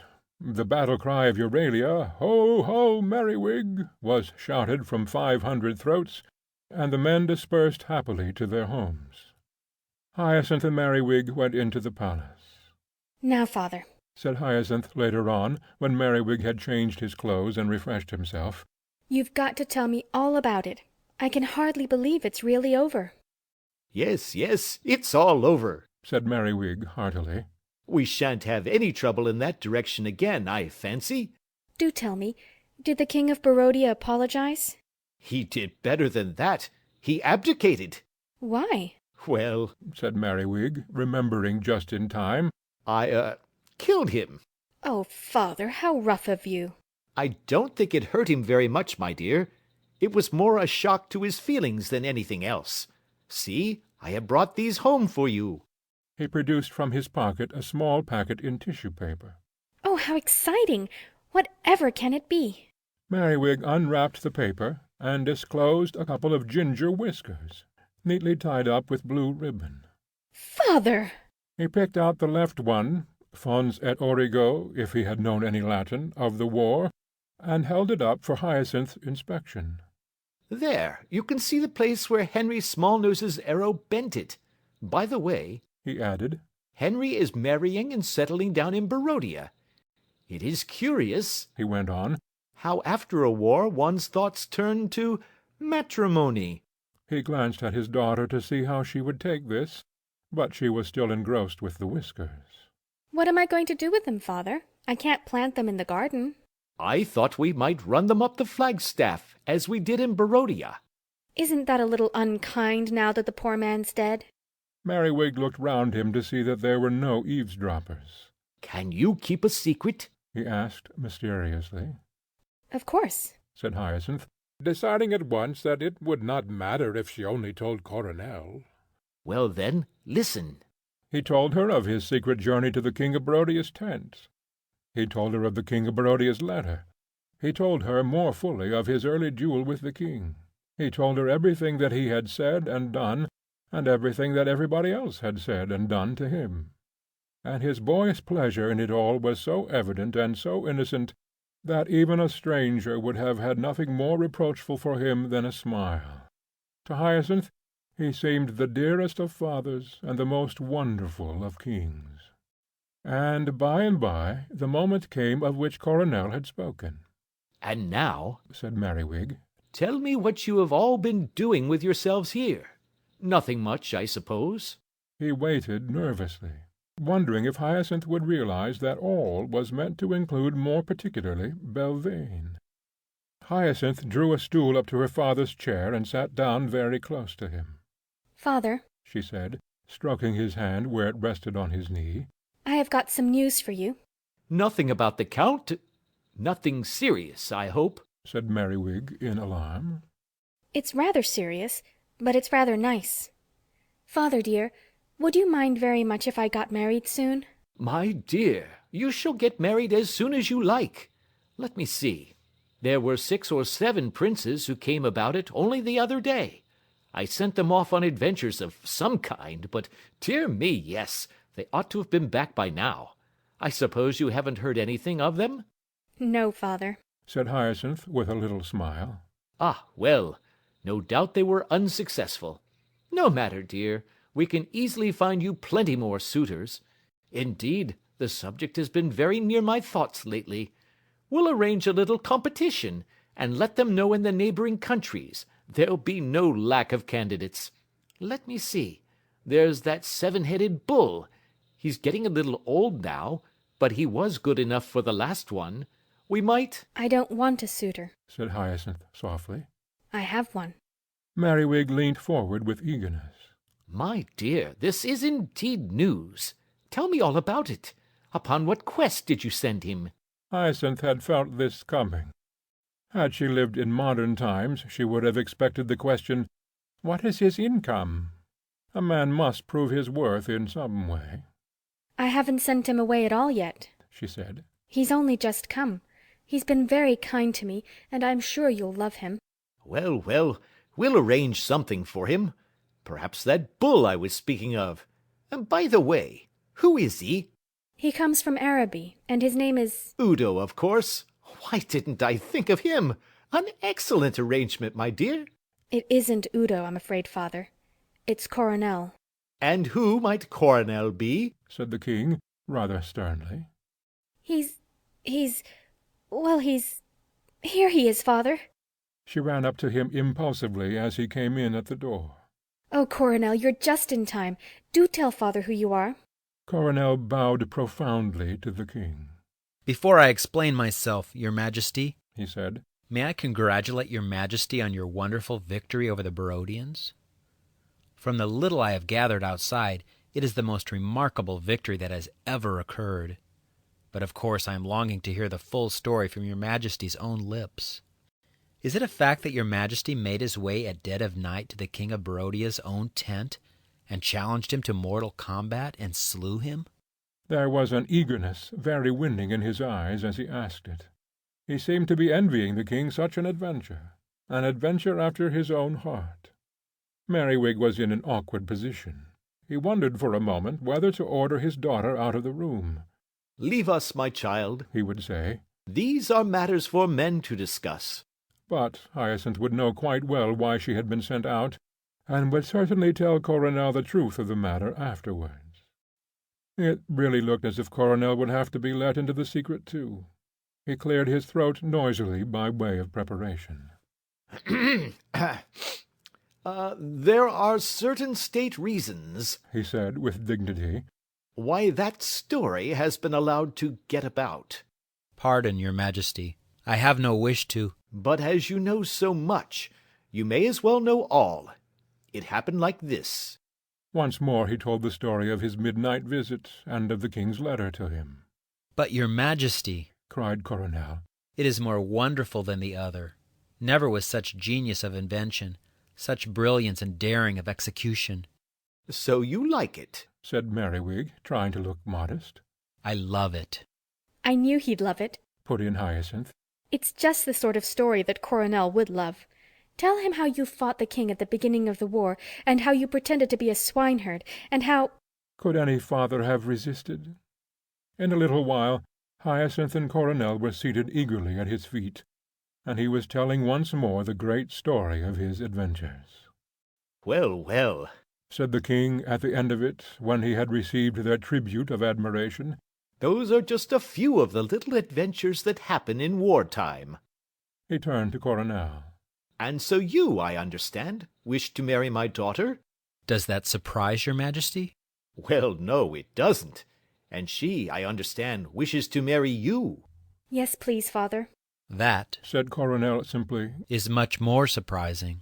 Merriwig, however, was not so sure of that. He liked the look of Coronel. He liked his manner. And he saw at once that he knew a good story when he heard one. "Of course," he said, "you'll have to win her." "Anything your Majesty sets me to do, it's as well," he added with a disarming smile, "that you cannot ask for the whiskers of the King of Barodia. There is only one man who could have got those." Truly an excellent young man. "Well, we'll arrange something," said Merriwig, looking pleased. "Perhaps your Prince Udo would care to be a competitor too." Hyacinth and Coronel interchanged a smile. "Alas, father," she said, "His Royal Highness is not attracted by my poor charms." "Wait till he has seen them, my dear," said Merriwig with a chuckle. "He has seen them, father." "What? You invited him here? Tell me about this, Hyacinth. He came to stay with you, and he never—" "His Royal Highness," put in Coronel, "has given his affections to another." "Aha! So that's the reason. Now I wonder if I can guess who she is. What do you say to the Princess Elvira of Tregong? I knew his father had hopes in that direction." Hyacinth looked round at Coronel, as if appealing for his support. He took a step towards her. "No, it's not the Princess Elvira," said Hyacinth a little nervously. The king laughed good-humouredly. "Ah, well, you must tell me," he said. Hyacinth put out her hand, and Coronel pressed it encouragingly. "His Royal Highness Prince Udo," she said, "is marrying the Countess Belvane." Chapter 21. A Serpent Coming After Udo. Belvane had now had 24 hours in which to think it over. Whatever her faults, she had a sense of humour. She could not help smiling to herself as she thought of that scene in the garden. However much she regretted her too hasty engagement, she was sure Udo regretted it still more. If she gave him the least opportunity, he would draw back from it. Then why not give him the opportunity? "My dear Prince Udo, I'm afraid I mistook the nature of my feelings," said, of course, with downcast head and a maidenly blush. Exit Udo with haste, enter King Merriwig. It would be so easy. Ah, but then Hyacinth would have won. Hyacinth had forced the engagement upon her. Even if it only lasted for 24 hours, so long as it was a forced engagement, Hyacinth would have had the better of her for that time. But if she welcomed the engagement, if she managed in some way to turn it to account, to make it appear as if she had wanted it all the time, then Hyacinth's victory would be no victory at all, but a defeat. Marry Udo, then, as if willingly? Yes, but that was too high a price to pay. She was by this time thoroughly weary of him, and besides, she had every intention of marrying the king of Euralia. To pretend to marry him until she brought the king in open conflict with him, and then, having led the king to her feet, to dismiss the rival who had served her turn, that was her only wise course. She did not come to this conclusion without much thought. She had composed an ode to despair, an elegy to an unhappy woman, and a triolet to interfering dukes, before her mind was made up. She also considered very seriously what she would look like in a little cottage in the middle of the forest, dressed in a melancholy grey and holding communion only with the birds and trees, a life of retirement away from the vain world, a life into which no man came. It had its attractions, but she decided that grey did not suit her. She went down to her garden and sent for Prince Udo. At about the moment when the king was having the terrible news broken to him, Udo was protesting over the sundial that he loved Belvane and Belvane only, and that he was looking forward eagerly to the day when she would make him the happiest of men. So afraid was he of what might happen to him on the way back to Araby. "The Countess Belvane!" cried Merriwig. "Prince Udo marry the Countess Belvane? I never heard such a thing in my life!" He glared at them one after the other as if it were their fault, as indeed it was. "Why didn't you tell me this before, Hyacinth?" It was only just announced, father. "Who announced it?" Well, Udo did," said Coronel. "I never heard of anything so ridiculous in my life. I won't have it." But, father, don't you think she'd make a very good queen? "She'd make a wonderful—" "That has nothing to do with it. What I feel so strongly about is this. For month after month I am fighting in a strange country. After extraordinary scenes of violence and peril, I come back to my own home to enjoy the fruits of victory. No sooner do I get inside my door than I have all this thrust upon me." All what, father? said Hyacinth innocently. "All this," said the king, with a circular movement of his hand. "It's too bad. Upon my word it is. I won't have it. Now mind, Hyacinth, I won't have it." But, father, how can I help it? Merriwig paid no attention to her. "I come home," he went on indignantly, "fresh from the spoils of victory to what I thought was my own peaceful home. And what do I find? Somebody here wants to marry somebody there, and somebody else over there wants to marry somebody else over here. It's impossible to mention any person's name, in even the most casual way, without being told they are going to get married, or some nonsense of that sort. I'm very much upset about it." Oh, father, said Hyacinth penitently.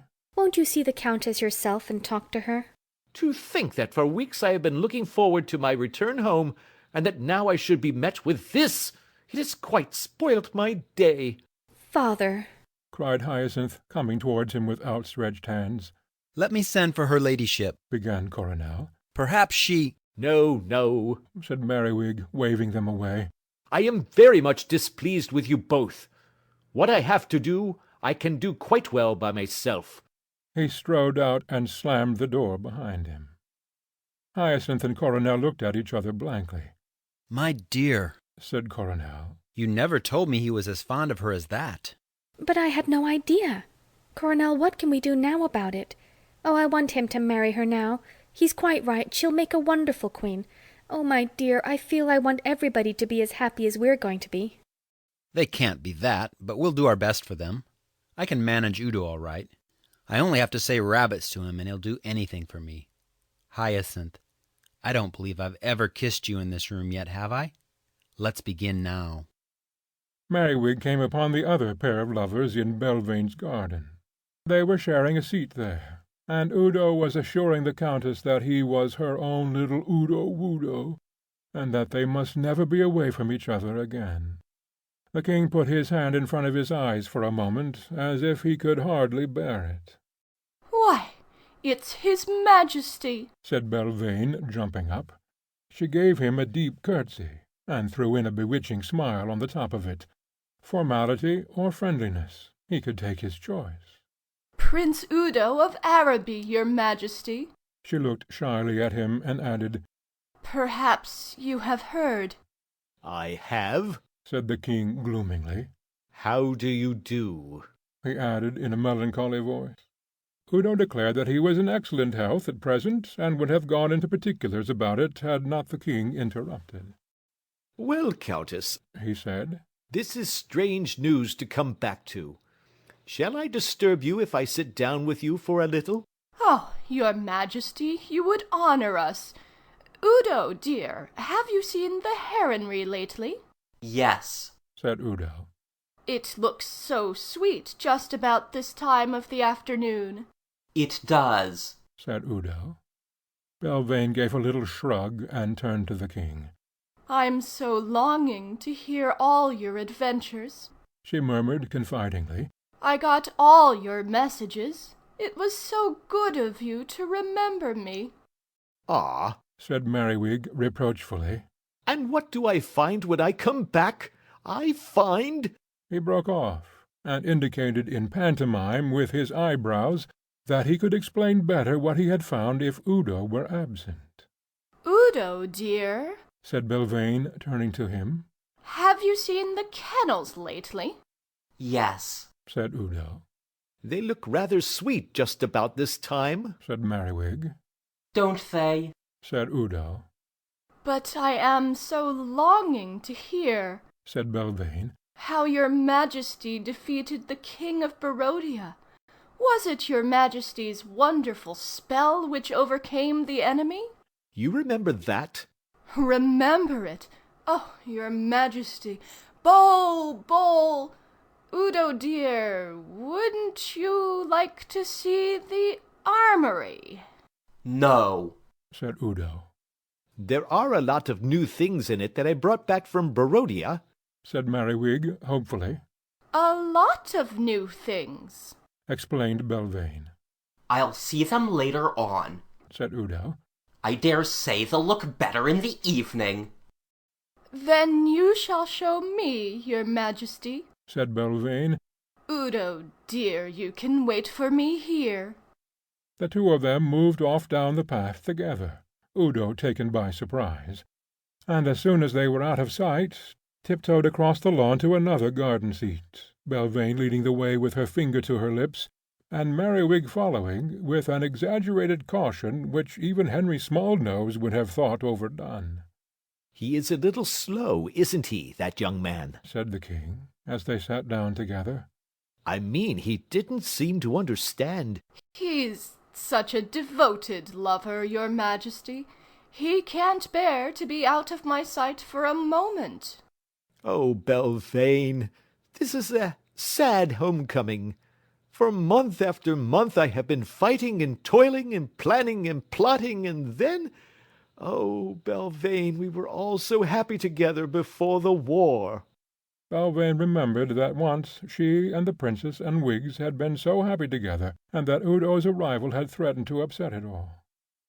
One way and another, Udo had been a disturbing element in Euralia. But it would not do to let him go just yet. "Aren't we still happy together?" she asked innocently. "There's Her Royal Highness with her young Duke, and I have my dear Udo, and your Majesty has the Lord Chancellor, and all your Majesty's faithful subjects." His Majesty gave a deep sigh. "I am a very lonely man, Belvane. When Hyacinth leaves me, I shall have nobody left." Belvane decided to risk it. "Your Majesty should marry again," she said gently. He looked unutterable things at her. He opened his mouth with the intention of doing his best to utter some of them, when— "Not before Udo," said Belvane softly. Merriwig got up indignantly, and scowled at the prince as the latter hurried over the lawn towards them. "Well, really," said Merriwig, "I never knew such a place. One simply can't— Ah, your Royal Highness, have you seen our armory? I should say," he corrected himself as he caught Belvane's reproachful look, "have we seen our armory? We have. Her ladyship was much interested." I have no doubt, your majesty. He turned to Belvane. You will be interested in our armory at home, dear. She gave a quick glance at the king to see that he was looking, and then patted Udo's hand tenderly. Home? She said lovingly. How sweet it sounds. The king shivered as if in pain, and strode quickly from them. Your Majesty sent for me? Said Coronel.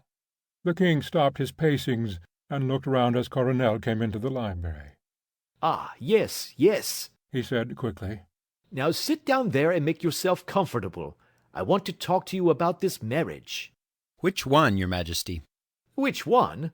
Why, of course, yours. That is to say, Belvane's, or rather—" He came to a stop in front of Coronel and looked at him earnestly. "Well, in a way, both." Coronel nodded. "You want to marry my daughter," Merriwig went on. "Now it is customary, as you know, that to the person to whom I give my daughter, I give also half my kingdom. Naturally, before I make this sacrifice, I wish to be sure that the man to whom—well, of course you understand." That he is worthy of the Princess Hyacinth, said Coronel. Of course he couldn't be, he added with a smile. "And worthy of half the kingdom," amended Merriwig. "That he should prove himself this is also, I think, customary." Anything that your Majesty suggests. "I am sure of it." He drew up a chair next to Coronel's, and sitting down in it, placed his hand upon his knees, and explained the nature of the trial which was awaiting the successful suitor. "In the ordinary way," he began, "I should arrange something for you with a dragon or a what-not in it. The knowledge that some such ordeal lies before him often enables a suitor to discover, before it is too late, that what he thought was true love is not really the genuine emotion. In your case, I feel that an ordeal of this sort is not necessary." Coronel inclined his head gracefully. "I do not doubt your valour, and from you, therefore, I ask a proof of your cunning. In these days, cunning is perhaps the quality of all others demanded of a ruler. We had an excellent example of that," he went on carelessly, "in the war with Barodia that is just over, where the whole conflict was settled by a little idea which—" A very wonderful idea, your Majesty. "Well, well," said Merriwig, looking very pleased. "It just happened to come off, that's all. But that is what I mean when I say that cunning may be of even more importance than valour. In order to win the hand of my daughter and half my kingdom, it will be necessary for you to show a cunning almost more than human." He paused, and Coronel did his best, in the interval, to summon up a look of superhuman guile into his very frank and pleasant countenance. "You must prove yourself worthy of what you ask me for," said Merriwig solemnly, "by persuading Prince Udo to return to Araby, alone." Coronel gasped. The thing was so easy that it seemed almost a shame to accept it as the condition of his marriage. To persuade Udo to do what he was only longing to do did not call for any superhuman qualities of any kind. For a moment he had an impulse to tell the king so, but he suppressed it. After all, he thought, if the king wants cunning, and if I make a great business of doing something absurdly easy, then he is getting it. Merriwig, simple man, mistook his emotions. "I see," he said, "that you are appalled by the difficulty of the ordeal in front of you. You may well be so. You have known his Royal Highness longer than I have. But even in our short acquaintance I have discovered that he takes a hint with extraordinary slowness. To bring it home to him with the right mixture of tact and insistence that Araby needs his immediate presence, alone, may well tax the most serpentine of minds." I can but try it. said the serpentine one simply. The king jumped up and shook him warmly by the hand. You think you can do it? He said, excitedly. If Prince Udo does not start back to Araby tomorrow... Alone? Said Merriwig. Alone, then I shall have failed in my task. My dear, said the king to his daughter as she kissed him good night that evening, I believe you are going to marry a very wise young man. Of course I am, father. I only hope you'll be as happy with him as I shall be as I was with your mother. Though how he's going to bring it off, he added to himself, is more than I can think. Chapter 22.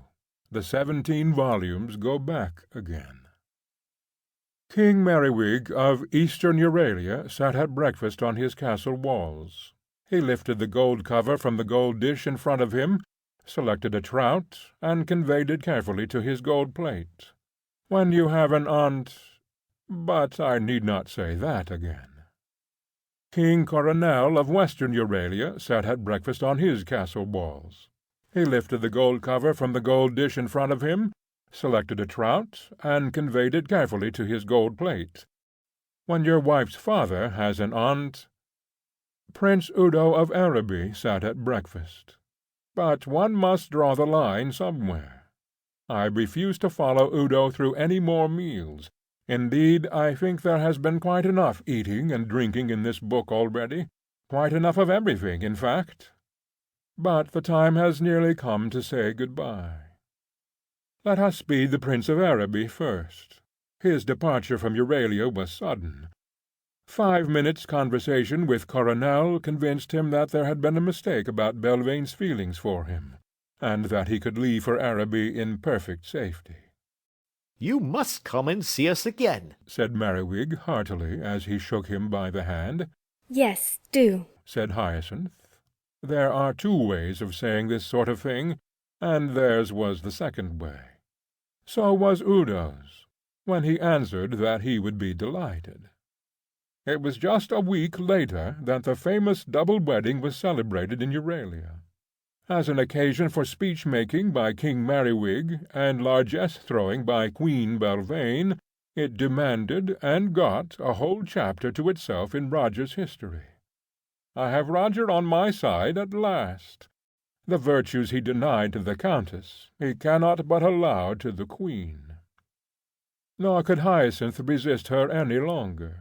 Belvane, upon her palfrey, laughter in her eyes and roses in her cheeks, her lips slightly parted with eagerness as she flings her silver to the crowd, adorably conscious of her childishness and yet glorifying in it, could have no enemies that day.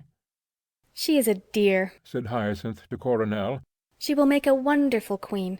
I know a queen worth 2 of her, said Coronel. But you do admire her, don't you? Not particularly. Oh, Coronel, you must, said Hyacinth, but she felt very happy all the same. They rode off the next day to their kingdom. The Chancellor had had an exciting week. For 7 successive evenings he had been extremely mysterious and reserved to his wife. But now his business was finished, and King Merriwig reigned over Eastern Euralia, and King Coronel over the West. Let us just take a look at Belvane's diary before we move on to the last scene. Thursday, September 15th. It says, Became good. Now for the last scene. King Merriwig sat in Belvane's garden. They had spent the morning revising their joint book of poetry for publication. The first set of verses was entirely Merriwig's own. It went like this. Bow, boll, bill, bowl. Woe, wall, will, wole. A note by the authors called attention to the fact that it could be begun from either end. The rest of the poems were mainly by Belvane, Merriwig's share in them consisting of a capital or an I like that when they were read out to him. But an epic, commonly attributed to Charlotte Patacake, had crept in somehow. A person to see your majesty, said a flunkey, appearing suddenly. What sort of person? asked Merriwig. A sort of person, your majesty. See him here, dear, said Belvane as she got up. I have things to do in the palace. She left him, and by the flunkey returned with the stranger. He was a pleasant-looking person, with a round, clean-shaven face. Something in the agricultural way, to judge from his clothes. "Well?" said Merriwig. "I desire to be your Majesty's swineherd," said the other. "What do you know of swineherding?" "I have a sort of natural aptitude for it, your Majesty, although I have never actually been one." "My own case exactly. Now then, let me see. How would you—" The stranger took out a large red handkerchief and wiped his forehead. "You propose to ask me a few questions, your Majesty?" "Well, naturally, Let me beg of you not to. By all you hold sacred, let me implore you not to confuse me with questions." He drew himself up and thumped his chest with his fist. "I have a feeling for swineherding. It is enough." Merriwig began to like the man. It was just how he felt about the thing himself. "I once carried on a long technical conversation with a swineherd," he said reminiscently, "and we found we had much in common. It is an inspiring life." "It was in just that way," said the stranger, "that I discovered my own natural bent towards it." "How very odd! Do you know, there's something about your face that I seem to recognize?" The stranger decided to be frank. "I owe this face to you," he said simply. Merriwig looked startled. "In short," said the other, "I am the late King of Barodia." Merriwig gripped his hand. "My dear fellow," he said. "My very dear fellow, of course you are. Dear me, how it brings it all back. And, may I say, what an improvement. Really, I'm delighted to see you. You must tell me all about it. But first, some refreshment." At the word refreshment, the late King of Barodia broke down altogether, and it was only Merriwig's hummings and hawings and thumpings on the back, and, later on, the refreshment itself, which kept him from bursting into tears. "My dear friend," he said, as he wiped his mouth for the last time, "you have saved me." "But what does it all mean?" asked Merriwig in bewilderment. "Listen, and I will tell you." He told himself of the great resolution to which he had come on that famous morning when he awoke to find himself whiskerless. Barodia had no more use for him now as a king, and he on his side was eager to carve out for himself a new life as a swineherd. "I had a natural gift," he said plaintively, "an instinctive feeling for it. I know I had. Whatever they said about it afterwards, and they said many hard things, I was certain that I had that feeling. I had proved it, you know. There couldn't be any mistake." "Well?" "Ah, but they laughed at me. They asked me confusing questions, niggling little questions about the things swine ate and things like that.